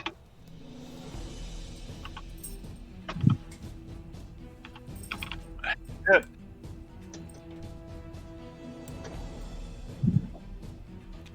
Three damage. Nice. The imp tries to flit away from you, and your claws swipe into the creature, dealing that little bit of damage, and it twists, and it gives you both fingers.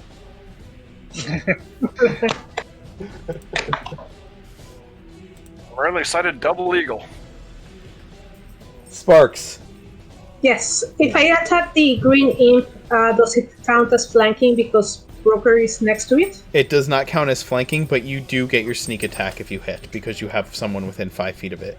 An ally within Okay. 5 feet. And then I'll do that. I'll do my rapier. Okay.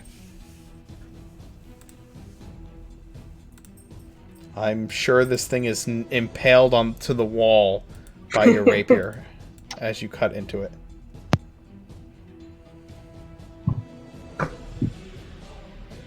Sparks, I think that's all I do. You're Yeah. looking around, and all of those bats and all of those rats that were in this room are gone. Oh, that's no Yeah. good. Guys, I don't see the rats or the bats. Be Gaz, careful. Well, we do know that these turned in. These were the rats and bats, or at least some of them. at Oh, least that's- some of them. Yeah. Okay, so attacking pink, then purple. Okay.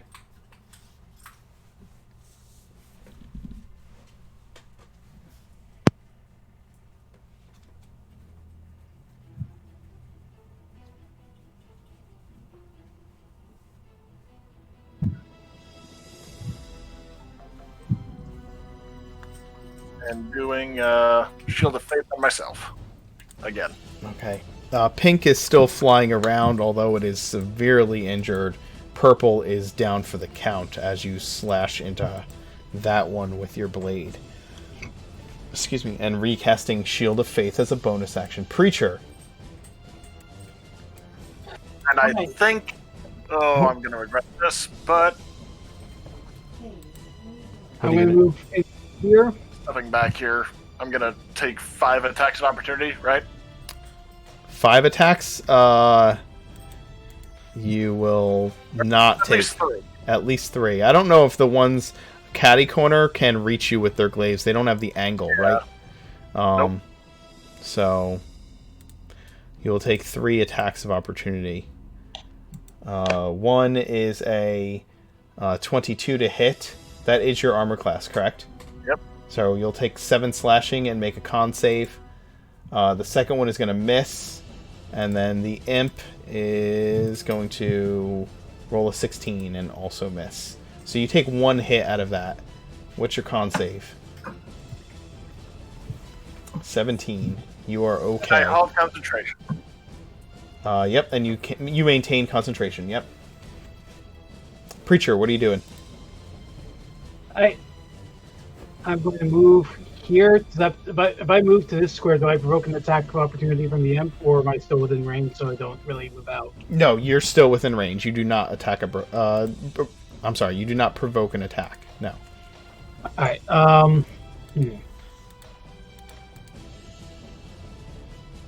What I will do is I will cast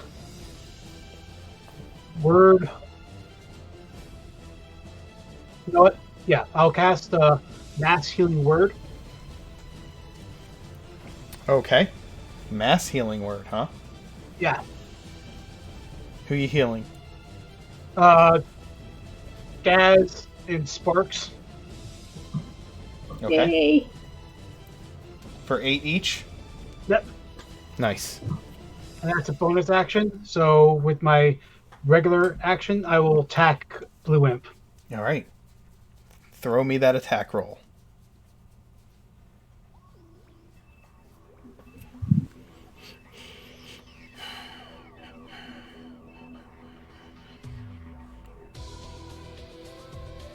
That's going to hit and deal 4 damage to the blue imp.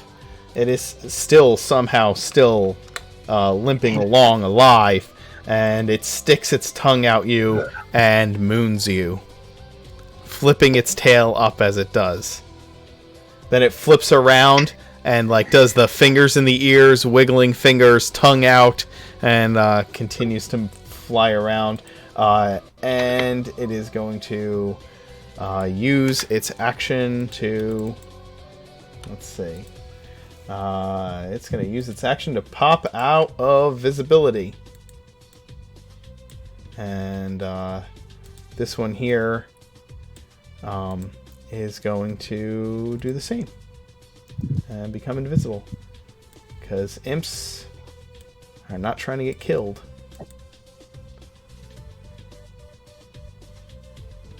Actually, do they die, or is it just that they get sent back to the abyss? It's good. They get sent back to the abyss. Yeah, they go back to the abyss.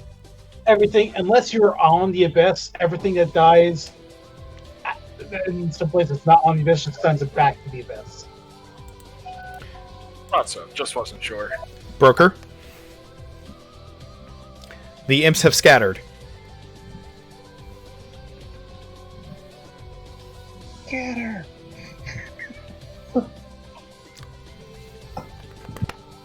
I'd say move away from the door. Just try to bottleneck the bearded devils as they try to push in.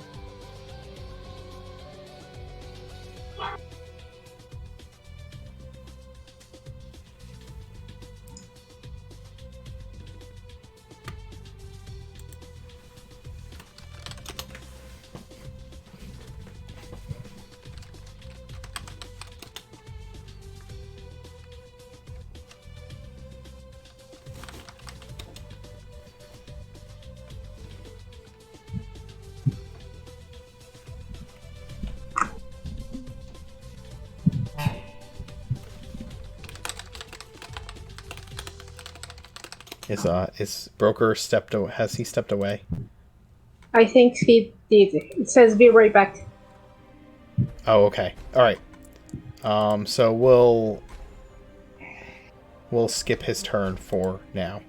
We'll come back to him whenever he comes back. He can take his action. So, the bearded devils will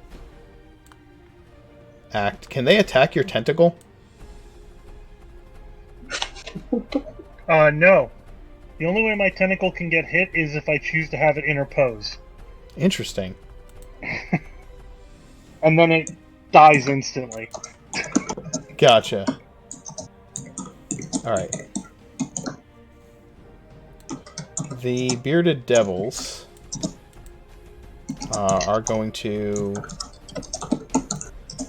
The two in the lead are going to take steps forward.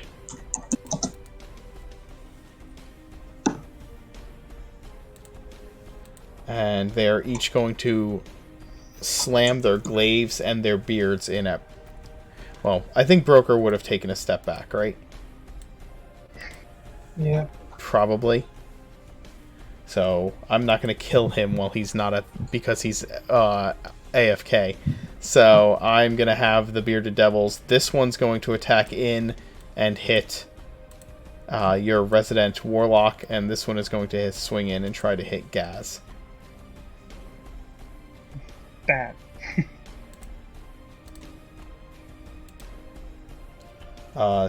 12 to hit the warlock, 17 to hit Gaz. So no hits as they stab in with their glaives.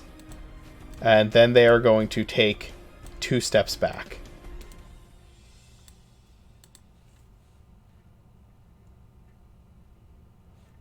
This is going to become an annoying fight very quickly. The other 2 are going to step forward, and they're going to do the same thing. Glaive at Gaz, 24 to hit. Glaive at Trix is a 20 to hit. Those will both. That will hit me.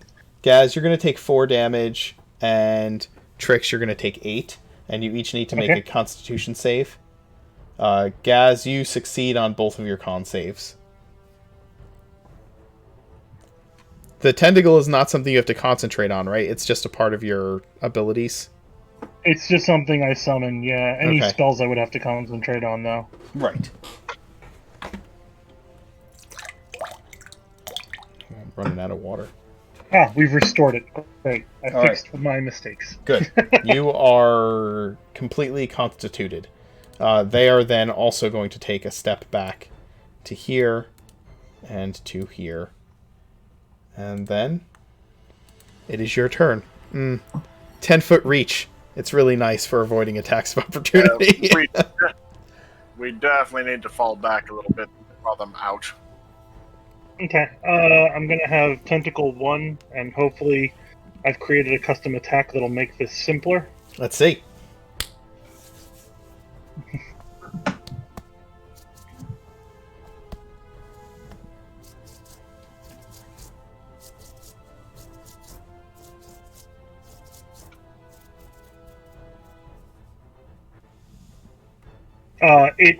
For some reason, it's adding damage. I'll have to fix that, but it was a 7 this time.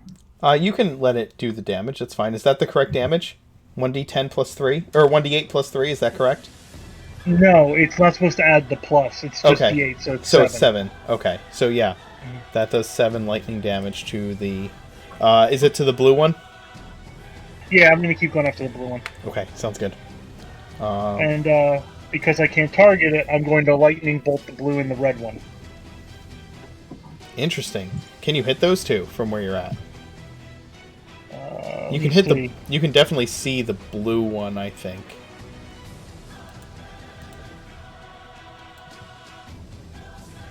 I would say you can see the blue one. It would have cover, but you could see it. Oh, so I can't see both of them, and I'm not going to do that. Yeah. Because I don't think you have line of sight to the red one. Gotcha. Yeah. Okay. The doorway blocks your line of sight.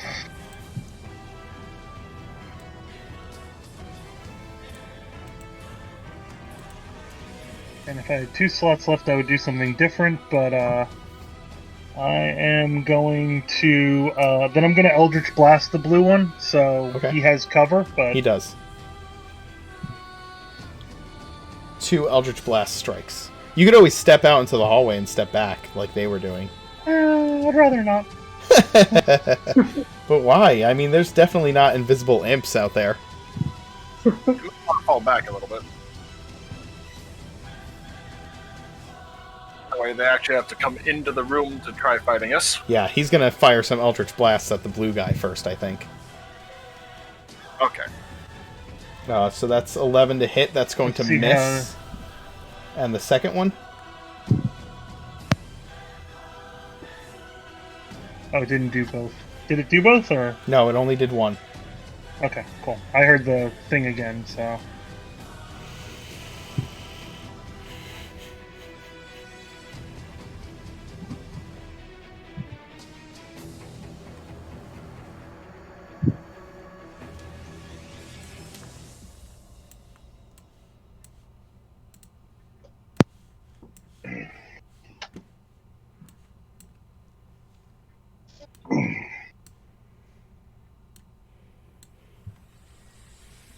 Okay, so the second one is a 23. The second one is definitely gonna hit. And it does 10 force damage. Do you have Agonizing Blast? Yes, I do. Okay. And then I'm going to use my move action to not draw a line on myself. So pull myself there. And delete this line. Nice You might job. want to go a bit further back to force them further. Oh yeah, you're right. In this room. Then I guess Otherwise, I'll go one more pulling there. back. Don't keep pulling that fast one of, approach just a little bit and then retreat. Yeah. Alright, that's it then.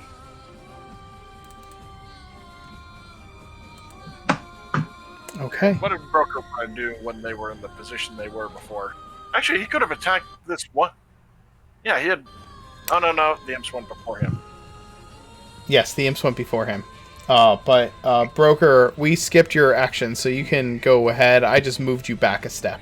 What would you have done on your turn? You were forward one. Shoot. You had originally been here, but I had you move back a step because... No, that's fine. Yeah. Were we all moving away from the...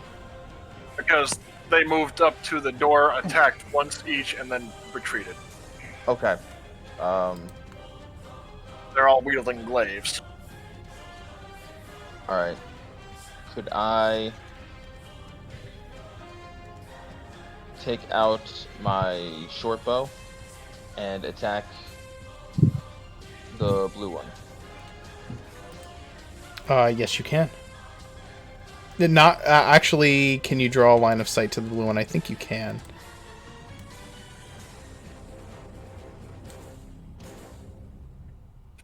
he were here, yeah. Yeah, Or I think. actually, he could have started where he was, though. Yeah, from where you had been originally, you could have. So we'll say that you can. Yeah, take your Okay, shot. All right.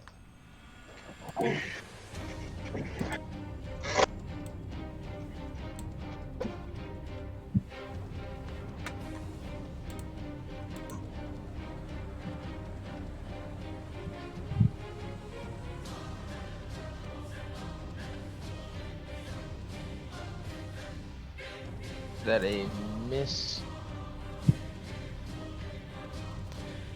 That is a. I don't see your attack.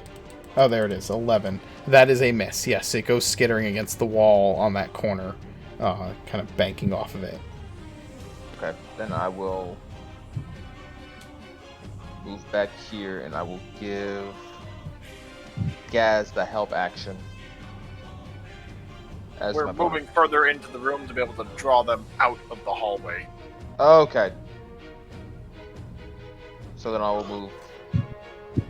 move back then, and I'll just still give Gaz the help action. Okay. Still further because they're wielding glaives, so they could literally park themselves here, hit you, retreat. Yeah, they have Okay. 10-foot reach. So then I'll just Yeah, Going about back. there. Plus, we'll want to kind of keep watch on the other halls because we do know there are invisible imps about.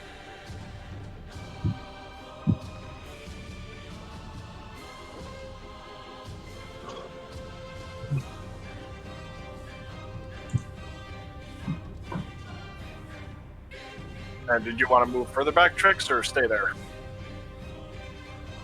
Okay. Sparks, it'll be your action next. Okay. So I'm going to cast. I'm not sure if it's going to work, but I'm going to cast Sleep over here and try to cover the area of green and yellow. Okay.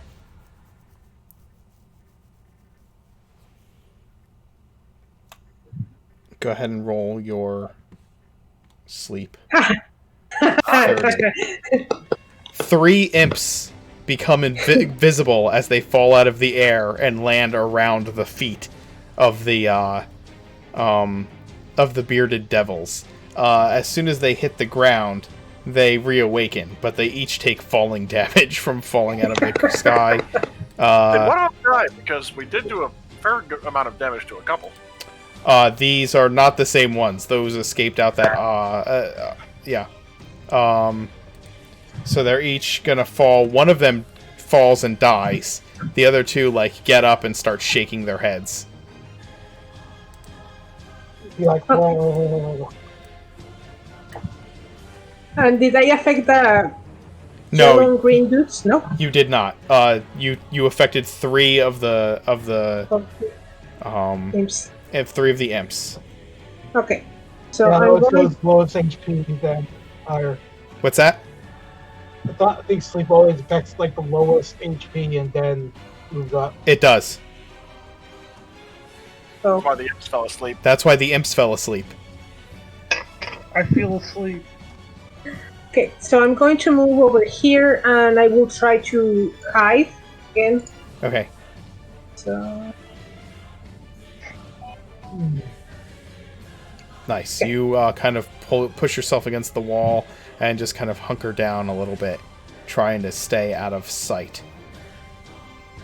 Gaz. Come to think of it, what race is Trix? Human? Half elf. Yeah. Okay. Last I was thinking dwarfs, but that's because of just, I guess, the features in the character portrait or something. But anyway. The beard. Alright. Probably, yeah. Alright, falling back to here. We're gonna not comment on Gaz's perception of non-half orcs today. And let's. See? Okay, yeah, that's more clear.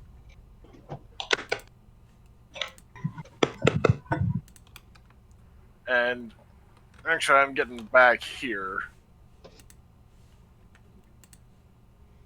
And I'll as part of the move action, can I get out a javelin? You can. Okay, and I'll. Let's see.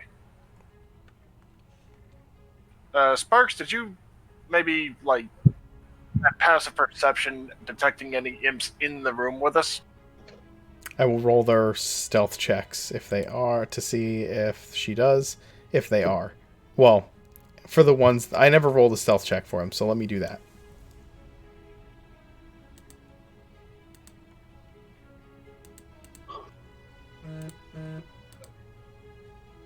No. Okay, in which case I'll ready an action for throwing a javelin at the first bearded devil that comes into view. Okay. Preacher? Right.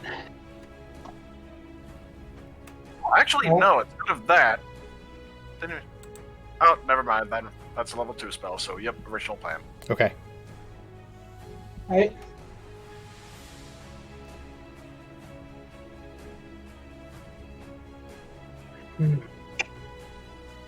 Move here. And once again, I am going to put on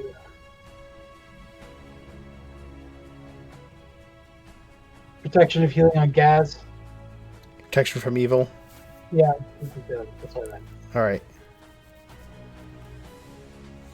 And can I finish up my movement and move here? You can. Alright. Alright, Preacher. These two imps are going to return to being invisible and get the hell out of Dodge.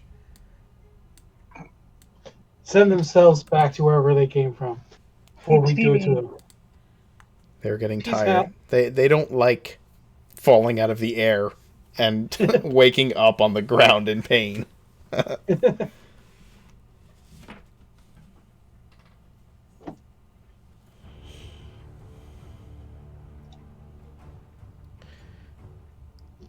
Broker, Yep. it's your action. Awesome.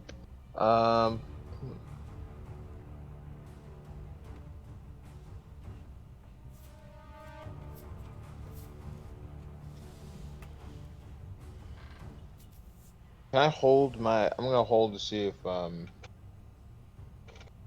once they come into the room. And then I'll give Sparks the help action. Okay. What is your oh, you're holding your bow, right? So Yeah, I'm holding you're- my bow until they come into the room. Okay.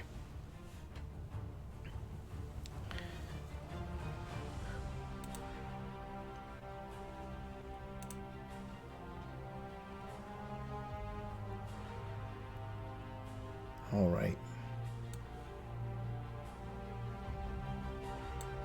Sparks, you hear them before they show up from behind you. Okay. From the hallway, the doorway behind you, you see two Okay. bearded devils enter the room.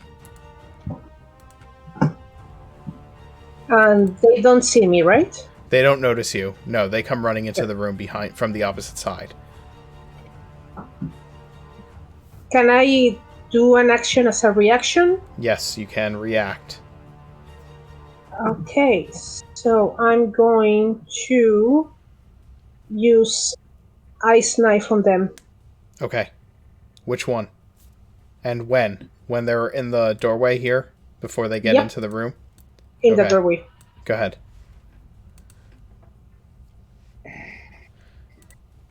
Roll your hit.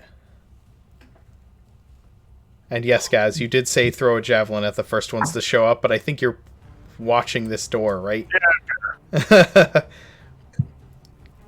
at least it's 19 to hit whichever. Yeah, if they come in. And I have advantage, I think. You have Because of advantage. that. Yes. Yes. Okay.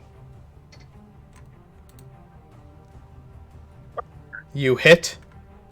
Well, again, they're not in the room yet, so before they enter the room, you hit the first one, dealing the 8 piercing damage to it. And then they have to make dex saves, or they each take 10 cold, correct? Yep. Alright. They have to succeed on a dexterity saving throw or take a 2d6. Right, it's going to be 10, because I'm going to take the damage from your first roll. Okay. Because the second roll was just to see if they hit, or if it hits or not, right? So it's going to be the 10. Do they take half on a failure? Or on a success, I'm sorry? Each target must succeed on a dexterity saving throw or take a 2d6 cold damage. So it doesn't say anything about. Okay, so then it's all or nothing. The first one succeeds. The second one takes the damage, the full 10, and then they are in the room after that. And because you hurled the ice knife as they were running into the room, you are no longer hidden. Okay. One is going. The one that you hit with the ice knife is going to attack you with its beard and glaive. The glaive is a 14 to hit. Nope. Okay. 15. And its beard is a 6 to hit. It goes to hit you with its beard, and the barbed spines of its beard get caught in the wall, and it's trying to pull its face free from the wall behind you. The other one is going to attack straight ahead at the creature before it, which would be Preacher, with its beard and glaive. How rude. Beard is 7 to hit. The glaive is a 16. Both miss. Both miss. The ones in the hallway out on the other side stay in the hallway.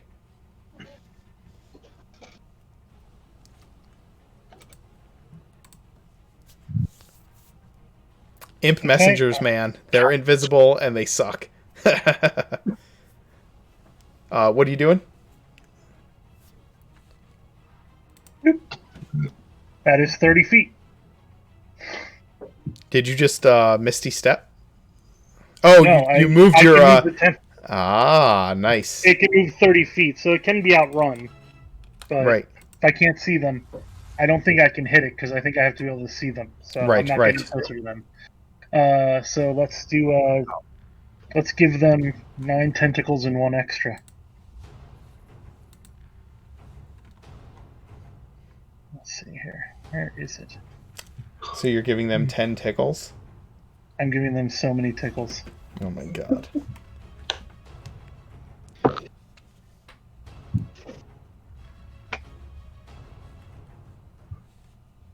Womp womp.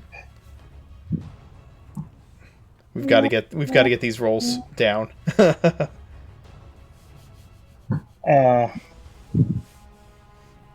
Okay, so 4 damage, 14 to hit. 4 damage, 14 to hit. Mhm. All right. It will, and you're hitting. You know what? I need to assign colors to these. I'm hitting the one in front of me. The one that attacks Sparks. Okay. Oh, in front of it. All right. With its face stuck in the wall. You Yeah. hit it for 4 damage. Oh, do you want to see if you crit because it's stuck in the wall? So I'm gonna say you have advantage. Oh, womp womp. Why don't you crit fish? I like fishing. I know. Because you're Aquaman.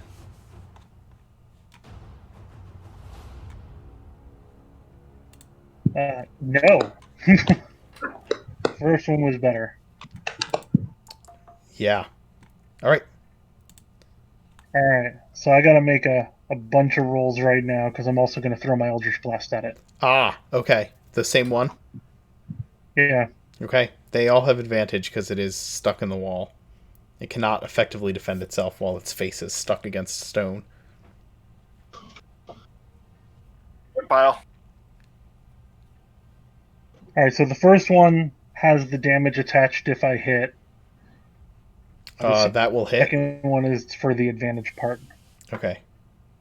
Oh, it does hit? Dang. That does hit. Yep. Can Eldritch Blast crit? Yes. Yes. Yeah, crit fish. Okay, so yeah, that was the 15. It's one better. So let's Okay. hit 1 for that was 13 damage. Oof. All right. And the second attack? Is slowly rolling. Yeah, You it can does. toggle advantage too. Yes, you can toggle advantage. How do you do that? At the top of the sheet, you should see advantage, normal, disadvantage. So you might have to set that. I'm not sure. You usually have to set that. Okay, Actually, well, if you go to the little gear, you can see roll queries on the Oh, right-hand column. He's using the D&D Beyond sheet. Oh, okay. Yep. yeah. Okay. Damage attached, which was the 12. The second one is an 18 to hit. So That will hit for 12 damage. Alright.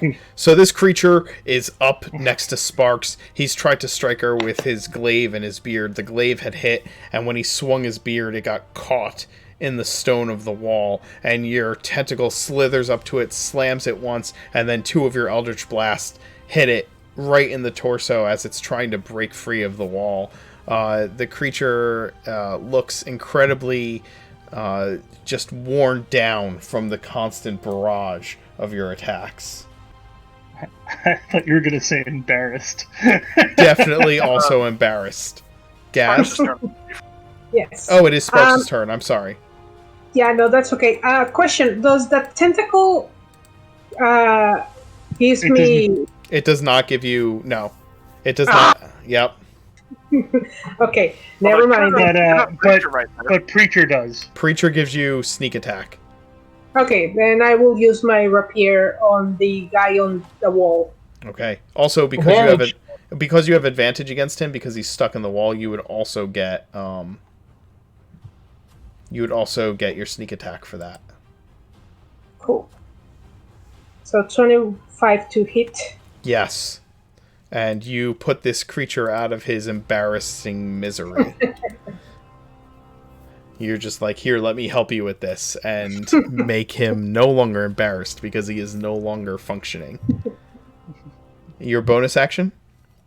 I will just prepare myself for anything. I don't want to move.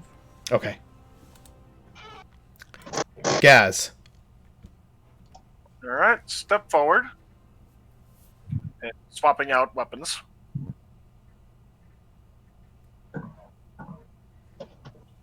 No attack of opportunity? You didn't... Oh, for the glaive? Yeah. Yeah. I figured It as much. misses. Yeah. But I also figured that too. Yeah. You That step gets into that his... You step into his range, and he tries to keep you back with the glaive, and you just bat it away with the sword as you pull it free of its scabbard.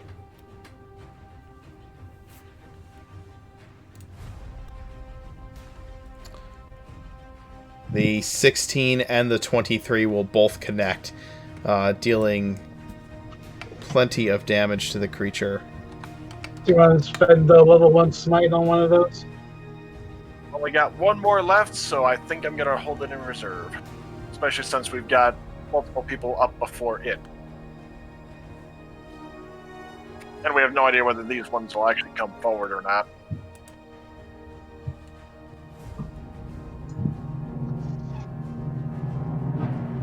So that's my turn. Although, actually, I'll get up to here. Just in case they come in. Or, actually, no, I'll stay in place.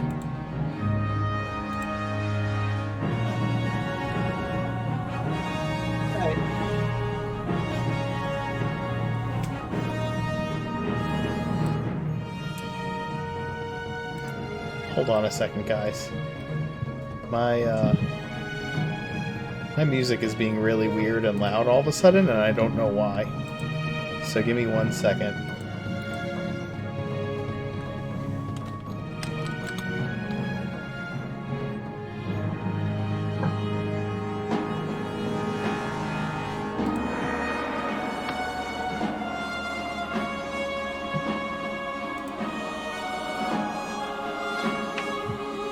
because I'm not 100% sure where it's coming from.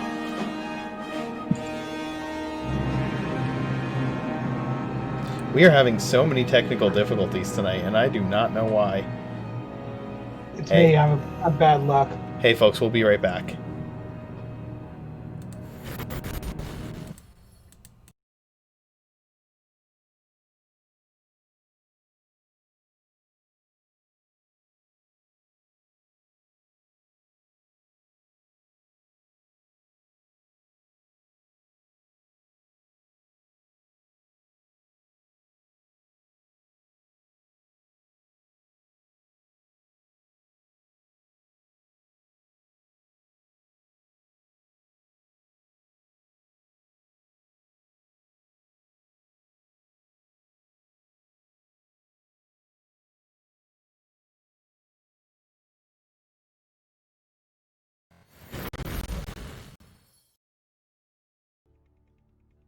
Alright, we are back. Sorry, folks. We are full of technical difficulties this evening, and I do apologize. That's part of the, fun of having people, join the stream, and they're getting used to Roll20 and D&D Beyond and how those things interact, and then I'm clicking on things that I have no business clicking on, and all of a sudden music's playing really loud in my headset. So, yeah. We're back to it, though. Okay. My turn, I believe. Yes, it is your action. Gaz has slammed this creature in front of him twice with the sword of the Legion and left its mark upon the beast. And I will cast Word of Radiance cantrip. Okay. Does it have to make a save against that? Constitution. Con save. 9. So it fails, taking the 5 radiant damage.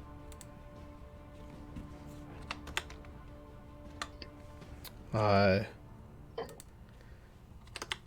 radiant energy washes over it, and it hisses an infernal at you.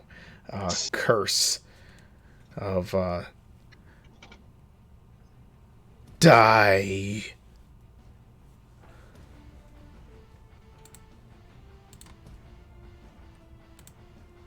Broker. All right. I guess I'm gonna switch over to my short sword then, and I'm gonna attack this one. Okay. You drop your bow, pull your blade. Remember the D4 on the attack. Nothing you need at this point. I think he's good. Yeah. I don't think he needs that. You're gonna You can't make him crit, so. You do 16 damage to your enemy, leaving this gaping wound in its torso, and it kind of stumbles as it stands, gripping the injury with one hand, and you see black blood spill between its fingers. It steels itself, but it is close to death. Do these guys know Infernal? They do. So speaking of Infernal, where are you all coming from? And it says in Infernal, hell to take you with us. Vacation. It attacks, it returns the strike with its beard and glaive at you, Broker. Beard is 13, glaive is 18. Glaive will hit. Yeah, for 7 slashing damage as it strikes you with its glaive. And you are going to have to make a Constitution save.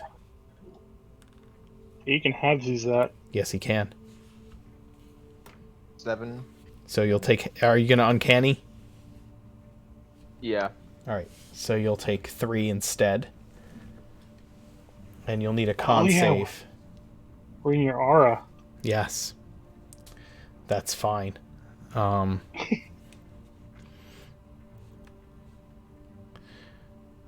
bearded devils outside the room continue to hold their position, readying their glaives for anything that comes out that doorway. There we go. That makes it a bit more clear. Oh, you have a +4. Cool. It's All right. your turn. Right, and I think I figured out advantage, even though I'm not getting it right now. So, Good. but I know how to roll it now, so that's cool. I'm going to just make your line of sight a little better here out Did this that roll? doorway since you're... Oh, ignore that second one. I pushed it twice. That's okay. Just the first one, sadly. I don't get to crit.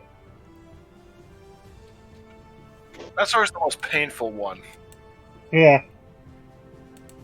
But 7 lightning damage with the tentacle. Yeah.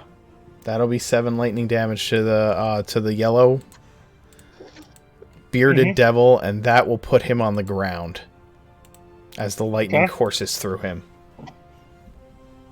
Send him back to hell. Yep.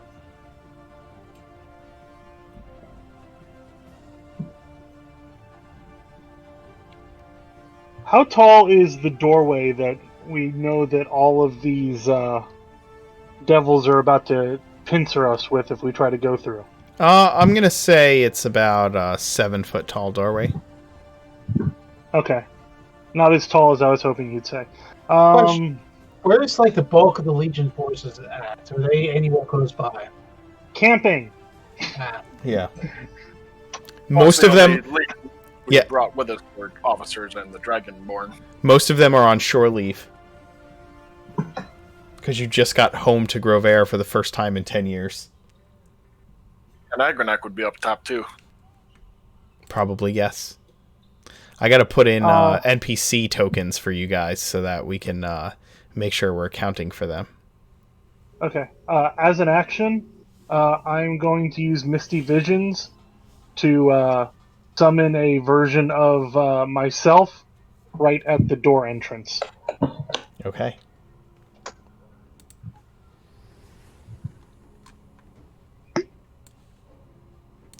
Right there? Yep. Okay. I'll give it a little token so that we can denote that it is not really you.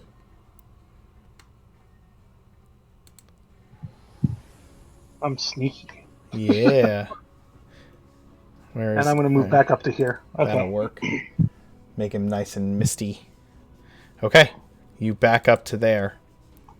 Yep, that's my turn. All right. Sparks? Okay, because there's no really enemies on site, I'm going to just ready bolt for the moment I see anyone attacking the mirage that is over there. We should probably at least take a gander down these side rooms here. I'm still them, but I mean, you can hide before you do it, so. Well, actually, if you want me to do that, what I can do is, as a bonus action, I will cast on myself. Let me see. Expedition Retreat. It lasts for 10 minutes. And basically, it doubles my movement. So, if anything wants to hit me, very good. Will that work? Or that only makes me... You already do that. Okay. You have your cunning action lets you dash as a bonus action. Oh. So you might want to replace that spell. Yeah, because Expeditious Retreat just allows it for you to dash as a bonus action, and you can already do that because you're a rogue. Okay, I thought I could double that. Okay, never mind. Yeah. Okay, then I will just quickly pick. I will.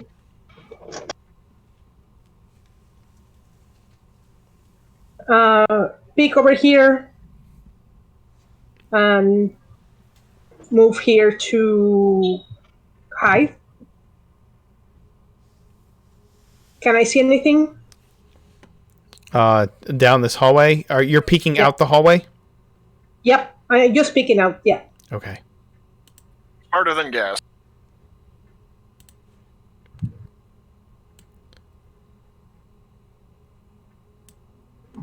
Alright, that's what you see. You see straight down either way. Where that star is, you see a pillar in the center of the room. Something is on it, but you can't really tell what it is from here with that quick glance. There's just some kind of round red object on it. Okay, so strange brown thing. Don't know what it is. But no creatures. You see no creatures in that hallway. And you see That that doesn't mean that they're not. They're not there. Especially the imps. Exactly. So I will just come here and hide them. Okay. Gaz, what are you I'll doing? peek my head around this corner first, see what I can see. All right, you peek your head around the corner there. We had 2 come out already.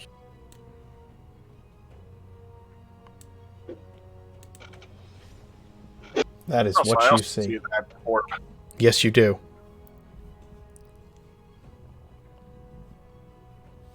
Here, doing the same.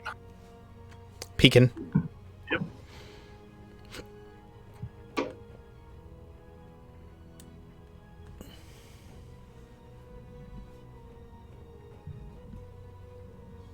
There are no creatures in those halls that you can see.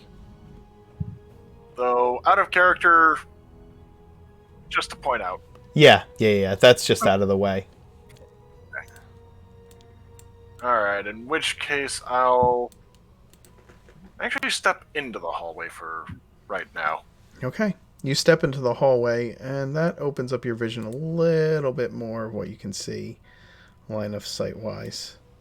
So you can probably see that much.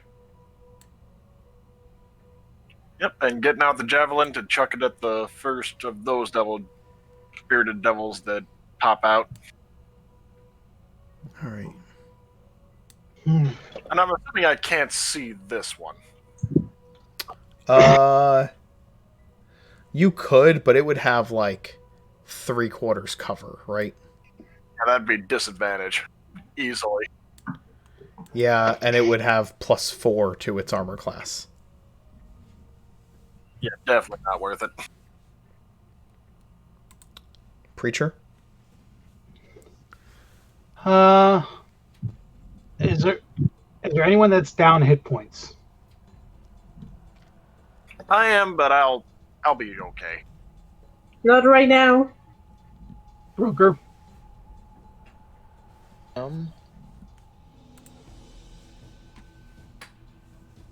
Yeah, I'm down. Sparks, I'll let you trade out that spell after this session, by the way. Okay. Alright.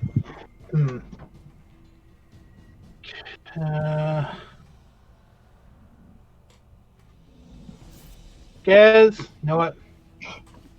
I'm gonna just I will cast the cure second level cure wounds on you.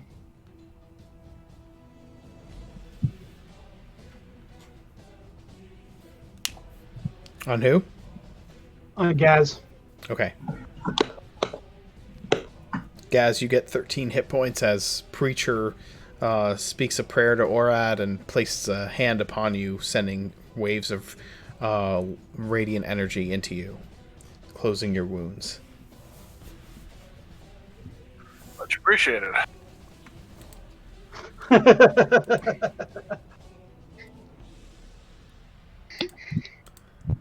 Broker? Yep. I am gonna move over here. I wouldn't do that if I were you. No? No, because then they could just stay right here.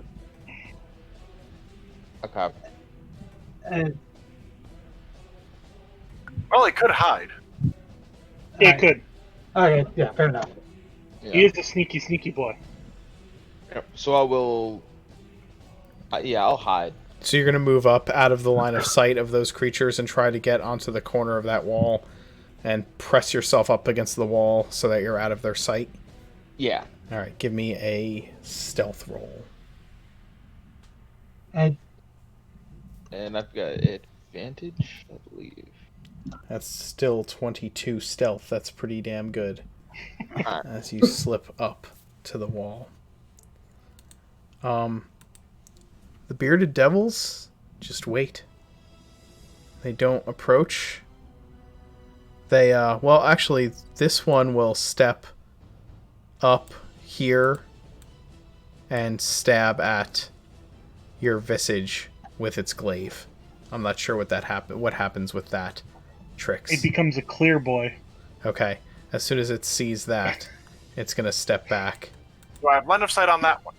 As it steps forward, yes, you would be able to take the attack. Absolutely. That'll hit for 5 damage. It curses. And I think at that point, And then it moves back. Are you gonna... Oh, can you smite on an attack of opportunity? Yeah, probably, right? well, But Not, but not on not a a ranged range. attack. melee weapon. Yep. Okay. You're right. All right. The bearded devil steps back, and the others hold their position. What are you doing with your clear boy, and what's your next step? Well, I'm gonna just let Clear Boy fade because he served his purpose there. And let's see, what do I got to work with here?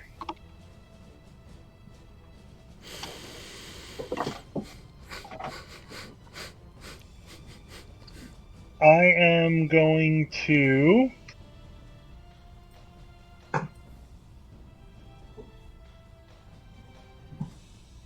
So I can't really see anybody. Makes it tricky. And we basically got to bum rush him. But I don't want to be the one doing the bum rushing. Jud's more than happy to, but it's a matter of getting them pinned down. Yeah. And he can do one side. So who's got the second highest AC? I think it's either Preacher or myself, because I have a 17. And if he's talking, I don't think he realizes we can't hear him. No, he stepped away for a second. Oh, no, he's got his headset on. He just doesn't realize it's not broadcasting. Ah. He's literally talking in the kitchen at you. Nope, we still can't hear you, John. Just wait till you're upstairs. Yeah. Um, Oh my gosh. What did I do?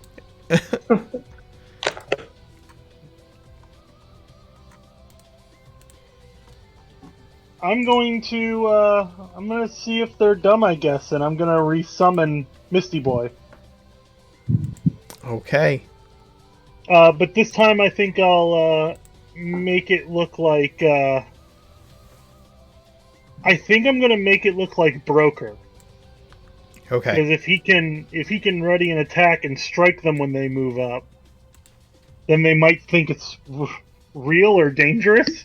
I don't know. Just gonna give it a shot. Yeah. My tentacle's just gonna hang out. Okay. All right. Okay. Couldn't hear you. Sparks, what are you gonna do? That's you? You might want to push the talk on. Yeah.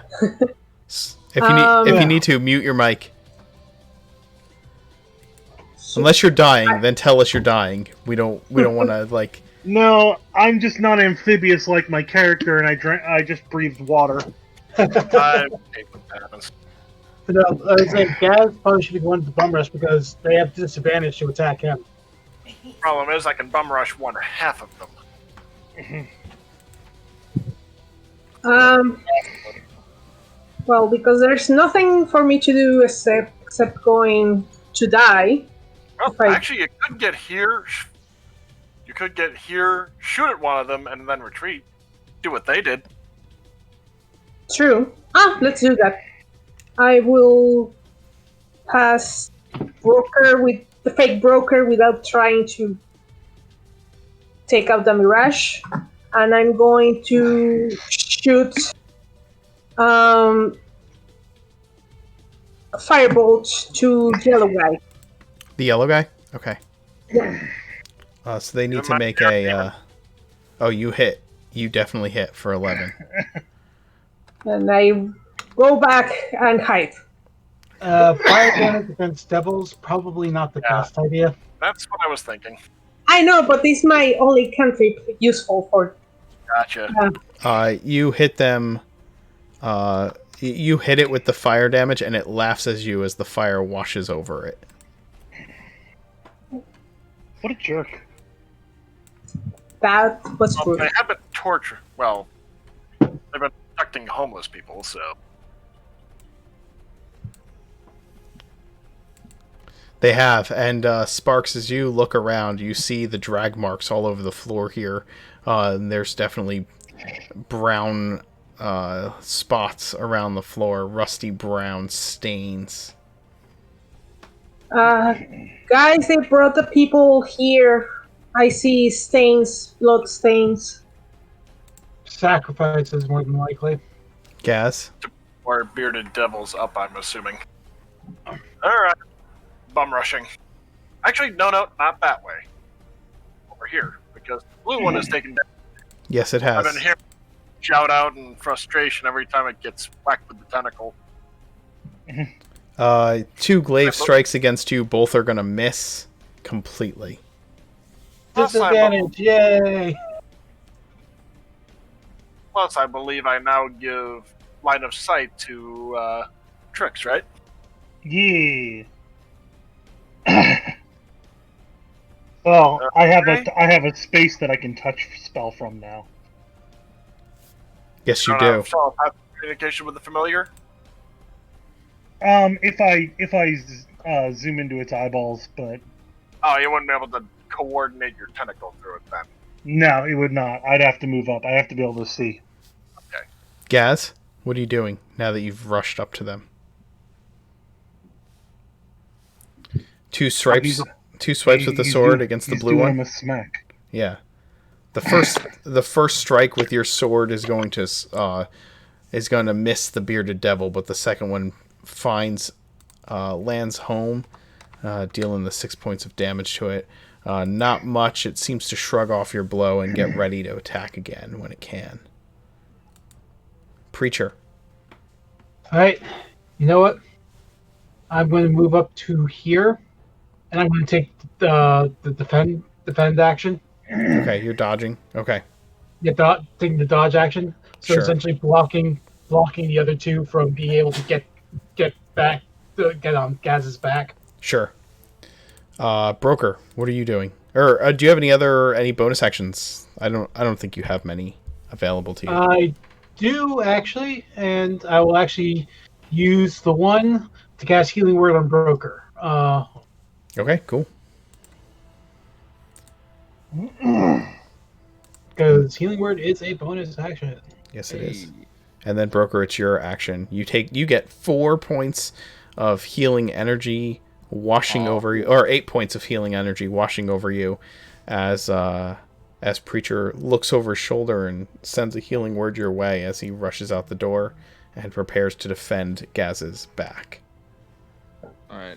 I'm going to try and...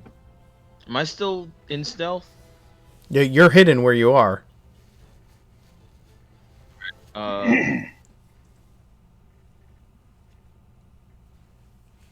going to... Can I stealthily move behind here?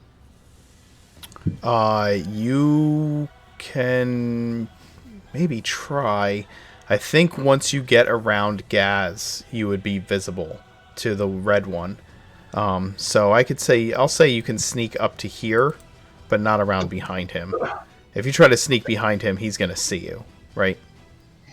Because there's not much to hide behind. It's an open floor. You know what I mean? Right. I'll still sneak behind him then. All right. and I will use a short sword. Okay. No, you can't. Well, you can't attack of opportunity because I already, yeah. It already did it. Yep. That will hit right in his back for, 19 points of damage. All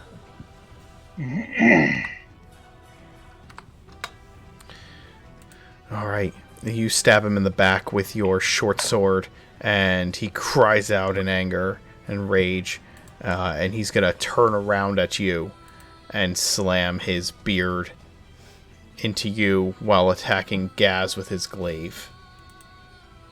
13 to hit you, Broker. Nope, that misses. All right. The glaive against Gaz is going to be an 11 to hit. They're both going to be completely ineffective. The one next to you, Gaz, is going to attack you twice, once with the beard for a 16, once with the glaive. That would be a critical, but it'll just be a regular attack. You will take 6. Disadvantage? What's that? That's... You're in disadvantage. Oh, you know what? You're right. 17 with the disadvantage. So no, he doesn't hit you at all. Jeez. You're welcome. Oh my god, you're so impossible to hurt. In fairness, Well, the Phoenix is the bad choice here when you have a cleric in the group. Absolutely. Which is why they called you to come and help them. The bearded devil in the corner is going to take a step forward and then attack you with its glaive, preacher. Okay, disadvantage. Yep. Because I'm dodging. 12 to hit, so it's going to miss. Then it's going to step back into its corner, and this one's going to step up. Glaive at you for 18. That's with disadvantage. The 18 is the lower roll, and then it's going to step back. That'll hit. 9 to hit, Yeah. and a Constitution save, please. All right.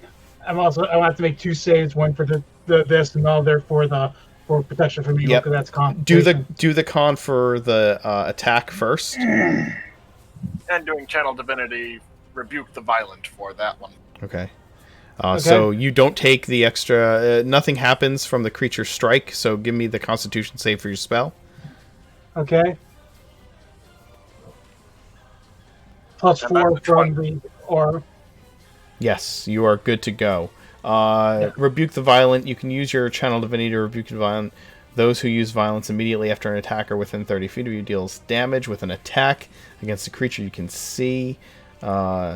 Wisdom saving throw. On a failed save, the attacker takes radiant damage equal to the damage it just dealt. So it's going to probably take 9 damage. Let's make the wisdom save. 11 is the wisdom save. DC is higher. Alright, so he's going to take 9 radiant damage. That was a rather ineffective turn for them. It is your action. Tricks. Your Finally moved in. Yeah. Fantastic. Your companions have rushed the 10, enemy. 10, 15. I'm gonna move here. Okay. And Move your tentacle. because it moved from the opposite position in the opposite hallway. So Yep. so I am going to cast lightning bolt between the two of them, basically toward my tentacle. Okay. So they have to make Actually, I'm gonna move my tentacle there, but yes. They have to make dex saves. dex saves. Alright, 19 and 10. Okay, so the one's gonna take half. Oof. The other one will take the full damage. Okay. So The yellow one 26 and 13. The yellow one takes the full damage as 26 points of lightning sear through it. And it just is smoking from the voltage. Your constant lightning damage against them is getting infuriating. And going back... What? Can the tentacle occupy the same space as the companion, or no? Yeah, I just have it there so I can track it, because I have to move it. That's the main reason that I wanted to something for Okay. it. Okay. Does an 11 hit? No, 11 does not hit. Your tentacle misses. Okay, so it misses. Yep. Alright, let me see if I can... fix Sparks. this. Okay.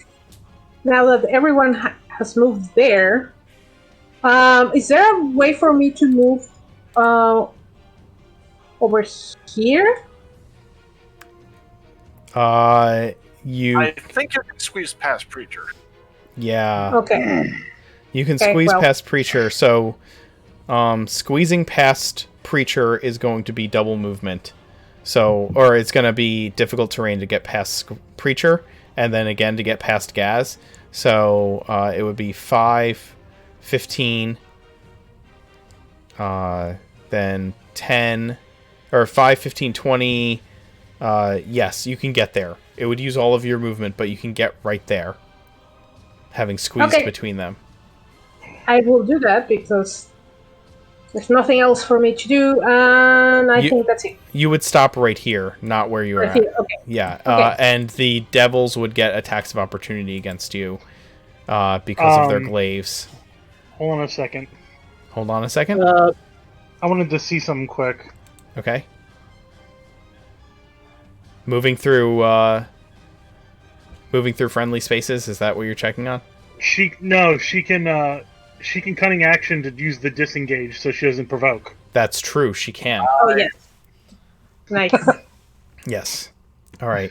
I'm friendly! I'm friendly! Gaz, it's your action. I'm blue. How's it looking, by the way? What's that? How's blue looking, by the way? Blue is bloodied. It's my boy, Blue. You strike with both, dealing another 14 points of damage to the enemy, and he is looking at your goddamn sword in anger and rage. The only thing that seems to be hurting them massively. They want to know why they can't hit you. Preacher? It's me. That's why I can't. I'm going to hit yellow with Sacred Flame. Okay. Wisdom save, right? Dex. Dex. 22 save. So it will not take the radiant damage. Damn it.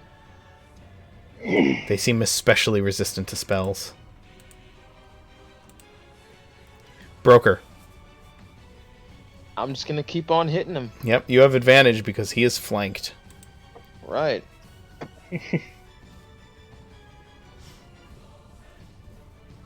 That's- Roll just. Yep. I probably should have attacked that one. So the first one hits and deals 14 damage to it. Well, almost. Again, your blade seems to glance off of it slightly, not dealing as deep a wound as you know it should. This is gonna take a while for me. Yeah. Your bonus action? I'm gonna give Sparks the help action. Okay. So she'll have advantage. Absolutely. The bearded devil is going to focus in on you, stabbing him in the back since he seems unable to get through Gaz's defenses. And it's going to make an attack with its glaive and its beard, Broker. Glaive is going to be a 15 to hit. The beard is a 6. Beard does not. Yeah. The glaive deals 7 and you need Yeah. a con save. You get Alright. the bonus from Gaz, of course. Alright. That save is fine. The one next to Sparks, who has just snuck up, frustrated that Gaz seems to be impossible to hit and kind of thrown off by the aura of protection coming off of him, will decide to turn to the weaker target. And glaive at Gaz for 13, or not Gaz, Sparks for 13, and beard at Sparks for 13. Do they hit? Does a 13 hit you, Sparks? You're muted. Sorry. No, I was saying I'm friendly, and it's 15 AC, so no. Okay, no. He misses you both times. And Trix, you're going to get attacked by both of these guys with their glaives. The one is going to try and hit you with its beard as well. So first glaive attack is 9 to hit, And then the one that's closer to you, the beard, is going to miss with a 12 and 15 to hit you, which is going to miss as well with the glaive. No, So I guess for that one, since it's closer, I block that with my shield. absolutely. Thank God for taking moderately armored. Yep. It is your action, Trix, as the devils seem to have gotten to a point where you are defending this hallway and pushing through their attempts to take you down. I am going to focus on the green one. So Okay. I'll have the tentacle attack first, and I think I fixed that it was using... it was adding the charisma damage. Alright, let's see what you got. Did I roll? Nope, not yet. Come on, roll now. There we go. 12 to hit. That will not hit. Your tentacle falls short of the enemy. It bats it away with the glaive. It didn't take the 1 damage. Nope. Well, yeah, that's Your kind of helpful. your tentacle flops uselessly. Your primal savagery hits, though. Alright, so that's going to be 10 acid damage. Yes, it is.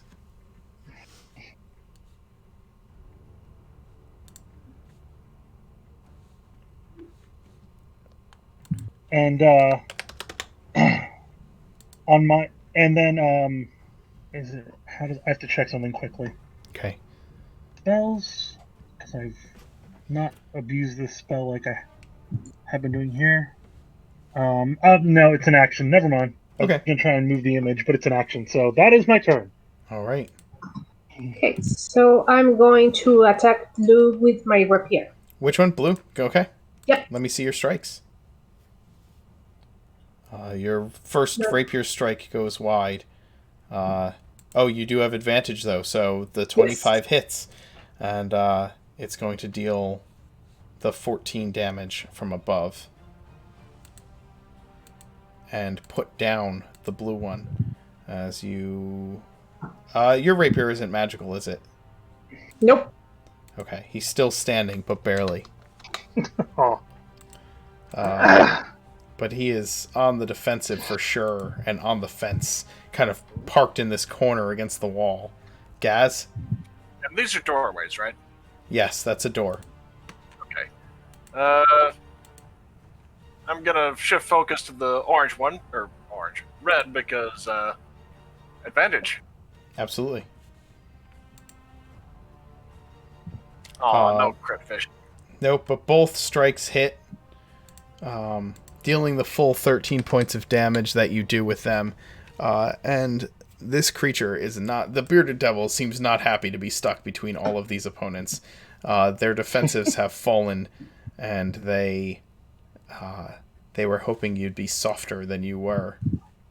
Actually, you know what? Since I haven't used the bonus action, I'm gonna do Beacon from the Sword of the Legion. Ah, read the ability.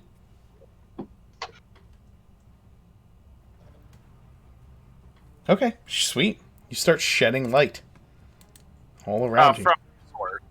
What's that? From the sword. Yep, from the sword. Sorry. Preacher, it's your action. Alright, question. If I move to the square where the tentacle is, will that provoke attacks of opportunity or no? It will, because you are moving through their... I mean, their threatened square... They have 2 threatened squares, right? Yeah, I guess you're not moving out of their threat... Does having a 10-foot pole make it so that the first 5 feet, if you move through it, does that provoke attack of opportunity? Adam? I believe it does. You need like polearm mastery for that. You might need polearm master for that. That's true. No, I think it's Sentinel, not polearm. Gotcha. We're gonna... Yeah. I think I've been ruling that it does, but I think now that you ask, I'm questioning whether that's correct. So, actually, I'm going to say no. So, Polearm master is required for the opportunity attack. Alright, so yes, you can move through its space without provoking. Okay, then I'm going to move there, and then I'm going to cast What is it? Oh, no, that's just when you enter their range. I think when... Yeah, because I think you're still in their threatened space. You have to leave their threatened space to take an attack of opportunity, and technically you're not leaving it at all, right? Yeah, Yeah. moves out of your reach. So Yep. Okay. So I'm going to move there, and I'm going to cast Word of Radiance, which hits both of them. And they have to make, hold on. They have to make saves?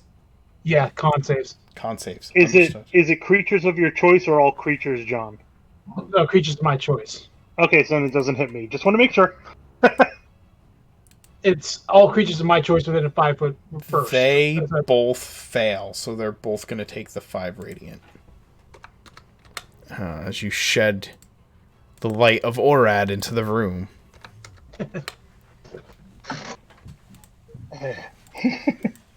Broker?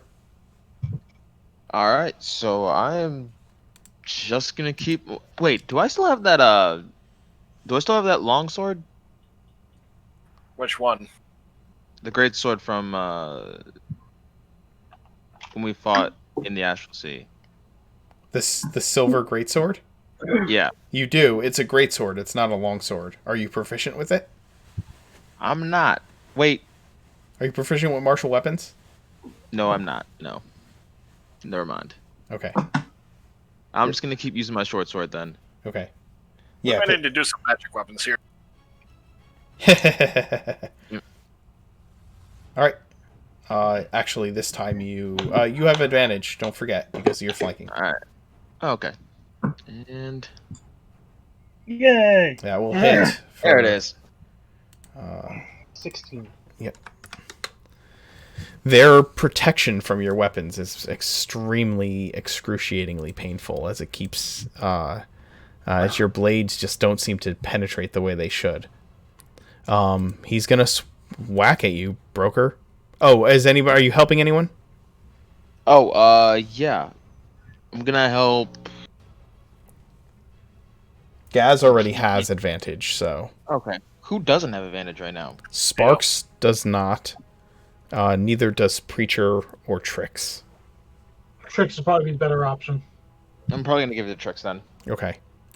The bearded devil's gonna swipe at you, miss you with his beard, hit you with the glaive again, and deal 13 damage with the glaive as it pins you into the wall, and you're gonna have to make a No, Constitution he's not. save. Oh wait, Hold on. John said something triumphantly. Yes. You remember your evasion as well. Yep. He has to make a Wisdom save or what? Oh, wait, hold on. That was... What not- are you triumphantly declaring? Okay, it was the channel divinity for the for the unity thing, which is that I'm going to take the damage that he's taking from that attack, and I'm going to take it. Is anyone else willing to take it? Oh, you're spreading it around. Gotcha. Yeah. I can take it, yeah. I will take 7 damage. If Sparks, you want to take 6? Sure. All right. All right. Cool. Is this before or after the uncanny dodge? I think it would be. It is after. Yeah. I mean, Okay. sorry, before. It's It before. would be 'cause before. It would be before. Yeah. So, So- you don't need. If I use, sorry, go ahead. So you don't have to worry about the dodge then. I was Okay. gonna say if I could use the dodge, would that half it? And then No, use no, shield? no. That's the No. thing. He can either choose to do this, or you can choose to uncanny dodge. It's one. However, Okay. you can choose to use your bond to give Sparks resistance to the damage she's going to get. Okay, then yeah, I'll do that. Okay, so Sparks, you have resistance to damage this round. So that's dis- 3. She only takes 3. All right. So question. All right. Yeah. He still takes the hit. You just take the damage, correct? Yes. Yes. Okay, I don't then- negate the effects of the hit. Okay. Then you still need to make a Constitution save, Broker. Okay. Oh, I'm sorry. I was wrong. You got Broker, you still take 1 damage. Okay. All right. So Broker takes 1 damage. You make your Constitution save, and then the other bearded devil, the blue one, is going to attack Sparks. Beard misses, glaive misses. Both strikes miss. The ones over here are going to attack Preacher. The beard misses. The glaive hits. 24 to hit. Disadvantage or no? With disadvantage, it's a 20 against him. It'll still hit. Yeah, so you're going to take 9 damage, Preacher. And then the green one is going to make his 2 attacks. Oh, wait. Yeah.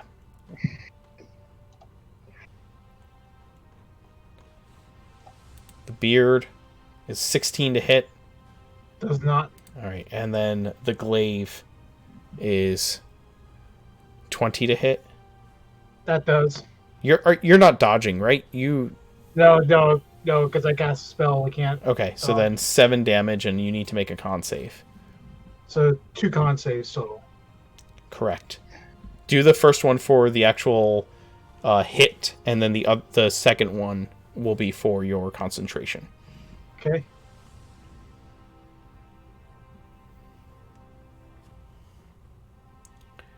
So you don't no additional things happen because of the glaive strike. Okay. And then your con save to maintain your spell is good enough. Oh, okay. Yeah, you need to meet or beat a 10. Oh, well, yeah, plus also, it's not counting Gaz's plus 4. Gaz is plus 4. So I think he's out of range for that. Yeah. Yeah, you have to be within 10 feet. So you get you took the 7 slashing? I did. Okay. Tricks, it is your action. Alright. Gonna Primal Savagery again. That is going to miss this time. Boo! That was a lot of damage. Yes, it was.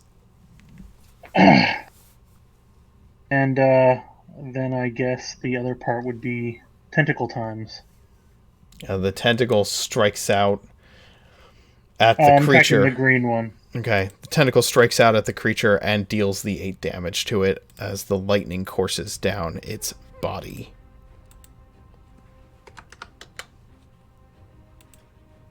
Whoosh.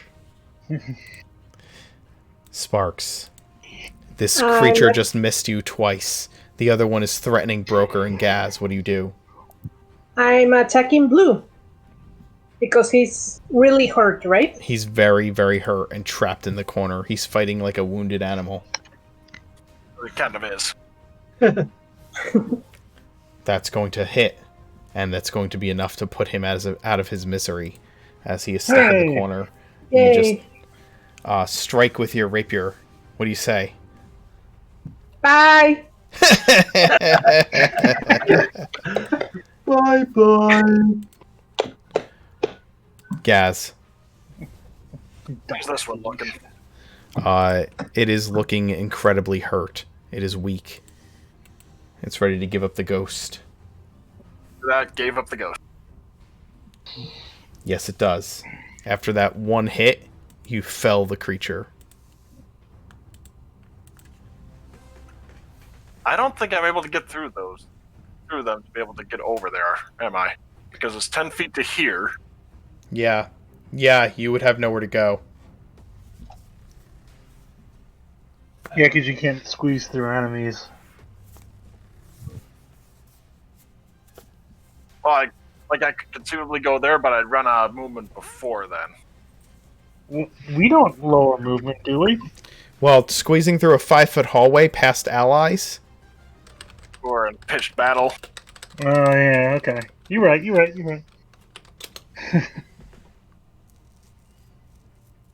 Moving through an ally square is always double movement, no matter if the ally allows it or not. Good to know. That's something we've been doing wrong.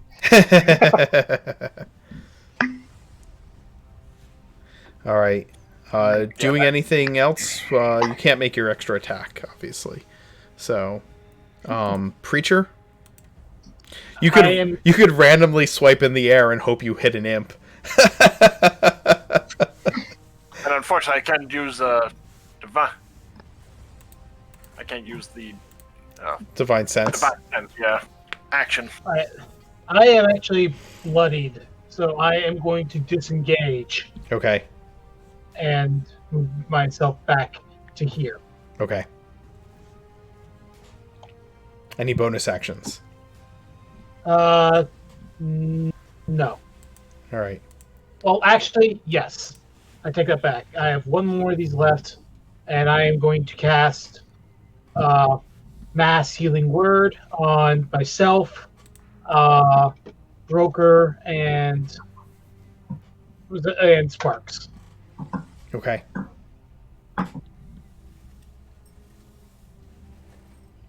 That is 5 points of healing for each of you. Yep. Orad's light radiates from the holy symbol of your cleric, and each of you feel the warmth of that light fill you with fighting spirit. Broker? Alright.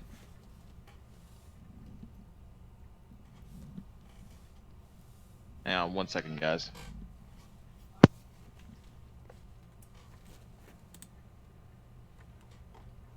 So what is besides me is a door? Like, Yes, beside you is a door. okay.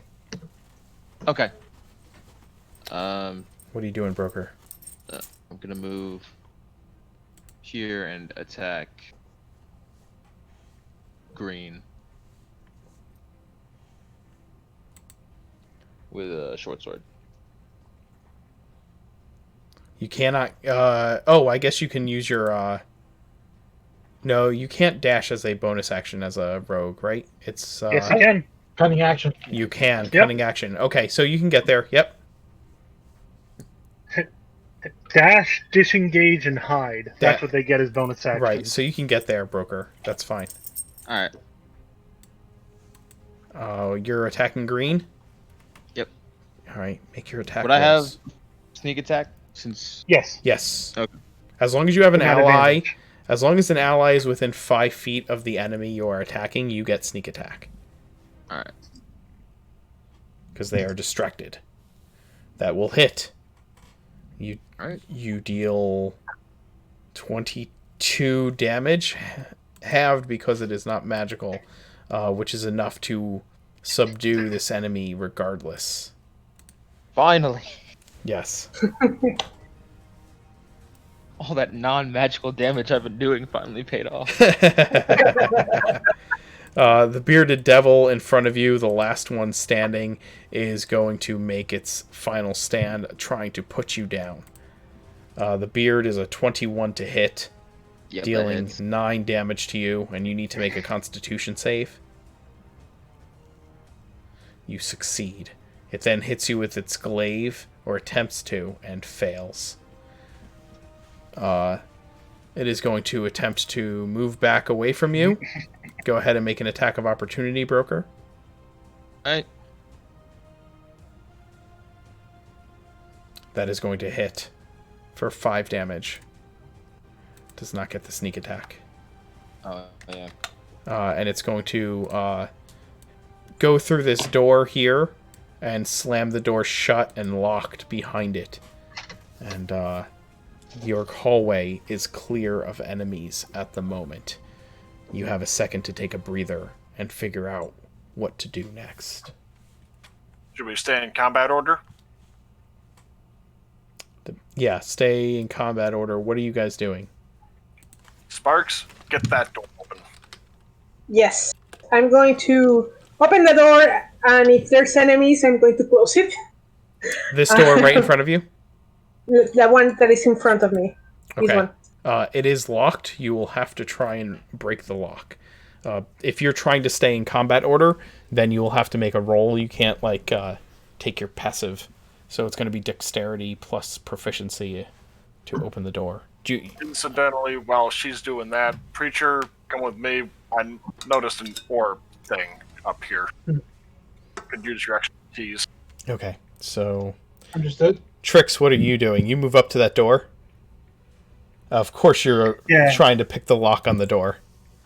Yeah, that didn't add my proficiency bonus. Well, it didn't add the... I don't think that added the proficiency, so... It should be 3 higher, so 16. Okay, that will unlock the door. Because so many Sparks. people have lockpicking in this one. Yeah, Sparks, you get the door unlocked as well on your action. We have enough time for the religion check real quick. Yes, give me a religion check. And you two can open your doors if you'd like. Okay, I will. I Okay. will too. Can I investigate all the bodies? Wow. On your action, I will keep moving it around, okay? Okay. So, hold on. Because you guys wanted to stay in combat order. Right. There you go. You see that devil directly in front of you. And Sparks, as you open this door, you find that it is simply like a transition room, right? There's two other doors in it, here and here. All right. I still have my bonus action. You moved your tentacle in and slapped it. Yes. You knock the devil out with your tentacle as a bonus action. The lightning coursing through it, and its eyes cross, and he falls. Gaz, you look at this orb thing, and as you get closer to it, you tell very quickly that it is not an orb. It is a blood-drenched skull sitting on this pedestal. There are demonic symbols, or I should say, I don't know what to call them if they're devil. Fiendish symbols etched into the skull in a circle. Infernal, yeah. Infernal symbols. Don't need it, but oh yeah, this entire room is desecrated that you're in. we're going to need to get someone to consecrate it. Yeah, as you look around this room with your divine sense, you begin to see that there have been like the walls are dirty and covered in mud, but as you sense with your divine sense, you begin to see like glowing all kinds of symbols in infernal have been written all over the walls and covered up.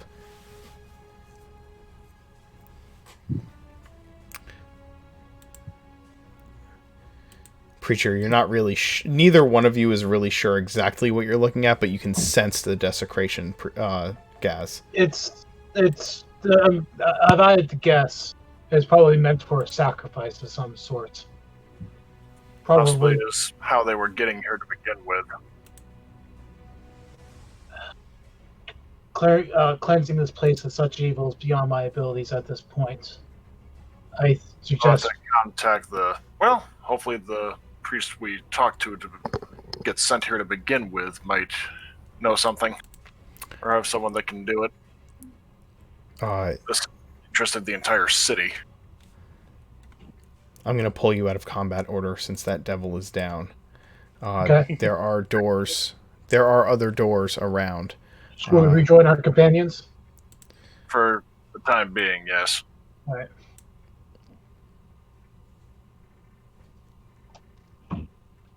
The coward that ran away is dead. Good. And I guessing now that we've passed a little bit of time, so the tentacle is sadly gone. Oh, that's more than I should have revealed, but whatever. So the 350-foot hallway, or? Yes, that's a 350-foot hallway. Those doors aren't locked, so I'm assuming that Sparks would have been able to see that. The door in front of you, Sparks, is locked. Okay, so another dexterity? Yes. Sleight of hand, I think, right? Yeah. It's Dex plus proficiency because... Well, not Dex. You can use Sleight of Hand if you're proficient in it because it works the same way. But if it's not... if you're not proficient in Sleight of Hand, then it is Dex plus proficiency to do it. Because you're proficient in Thieves' Tools. So it was... what did they roll? So you rolled a 9, so it would have been a 12. Yeah. So you are unable to get the lock to turn as you put your thieves' tools in there and start fiddling with it. But you don't break them. Hooray! I'm like, dang it! We need silver for this. As Very the expensive to place. as the combat has wound down and you're beginning to explore the lower levels down deep anyone need below, healing? I'm gonna say let's end it for tonight here, with you Okay. guys figuring out exactly what next steps you're going to need to take and exploring these holes and this dungeon. Makes sense. If you have any healing that you want to do, feel free to do that. But We are short resting. it's up to you. You do have 3 or 4 doorways that are that you don't know what's beyond them. So that's a decision you'll have to make. You can tell I think me. a short rest might be good. Just for, I mean, as a warlock, I always want short rests, but I think you being able to use healing dice might not be a bad idea. Definitely would not be. How many hit points are we down total? Because I've got 20 I can expend easy. I could. I'm down 16. I am down 8. Sparks and Roker? I'm actually good. I'm down 18. Yeah, the short rest might be advisable then, because we've got 2 people that are almost at 20 each. More importantly, how many spell slots do you have available between all of you? I One. have 1 third level and 1 second level. That's it. Well, I only have one, but I need to get all of them back. I need a long rest, not Yep. short. all right, guys. We'll end it here for tonight. You guys can discuss all of that once we, in between sessions, feel free to decide if you're going to take a short rest or not. And when we pick it up, we'll pick it up with you guys here in the lower levels of the Citadel, discovering what is down below the surface of the water. It was buried deep. I hope you guys had fun tonight. It was a more combat-heavy session, not something we've had a lot of here. So it was a good... Since the first 3. What's that? Oh, not since the first 3. Yeah, absolutely. Yeah. Well, So, all right. So thank you for watching. Just so everybody knows, we are not having... we're not going to be playing... oh my gosh.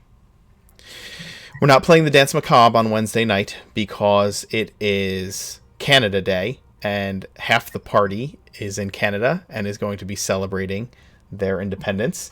And then we are also not playing The Road to Nowhere on Saturday because it is 4th of July, and 90% of the party is here in the US, and we're going to be celebrating 4th of July. So we're going to be running a little light on streams this week. I'm also not going to be doing my world building stream on Saturday either. So we will see you tomorrow for A Dark and Hungry God Arises. Have a good night, and enjoy the rest of your evening. Thanks for watching.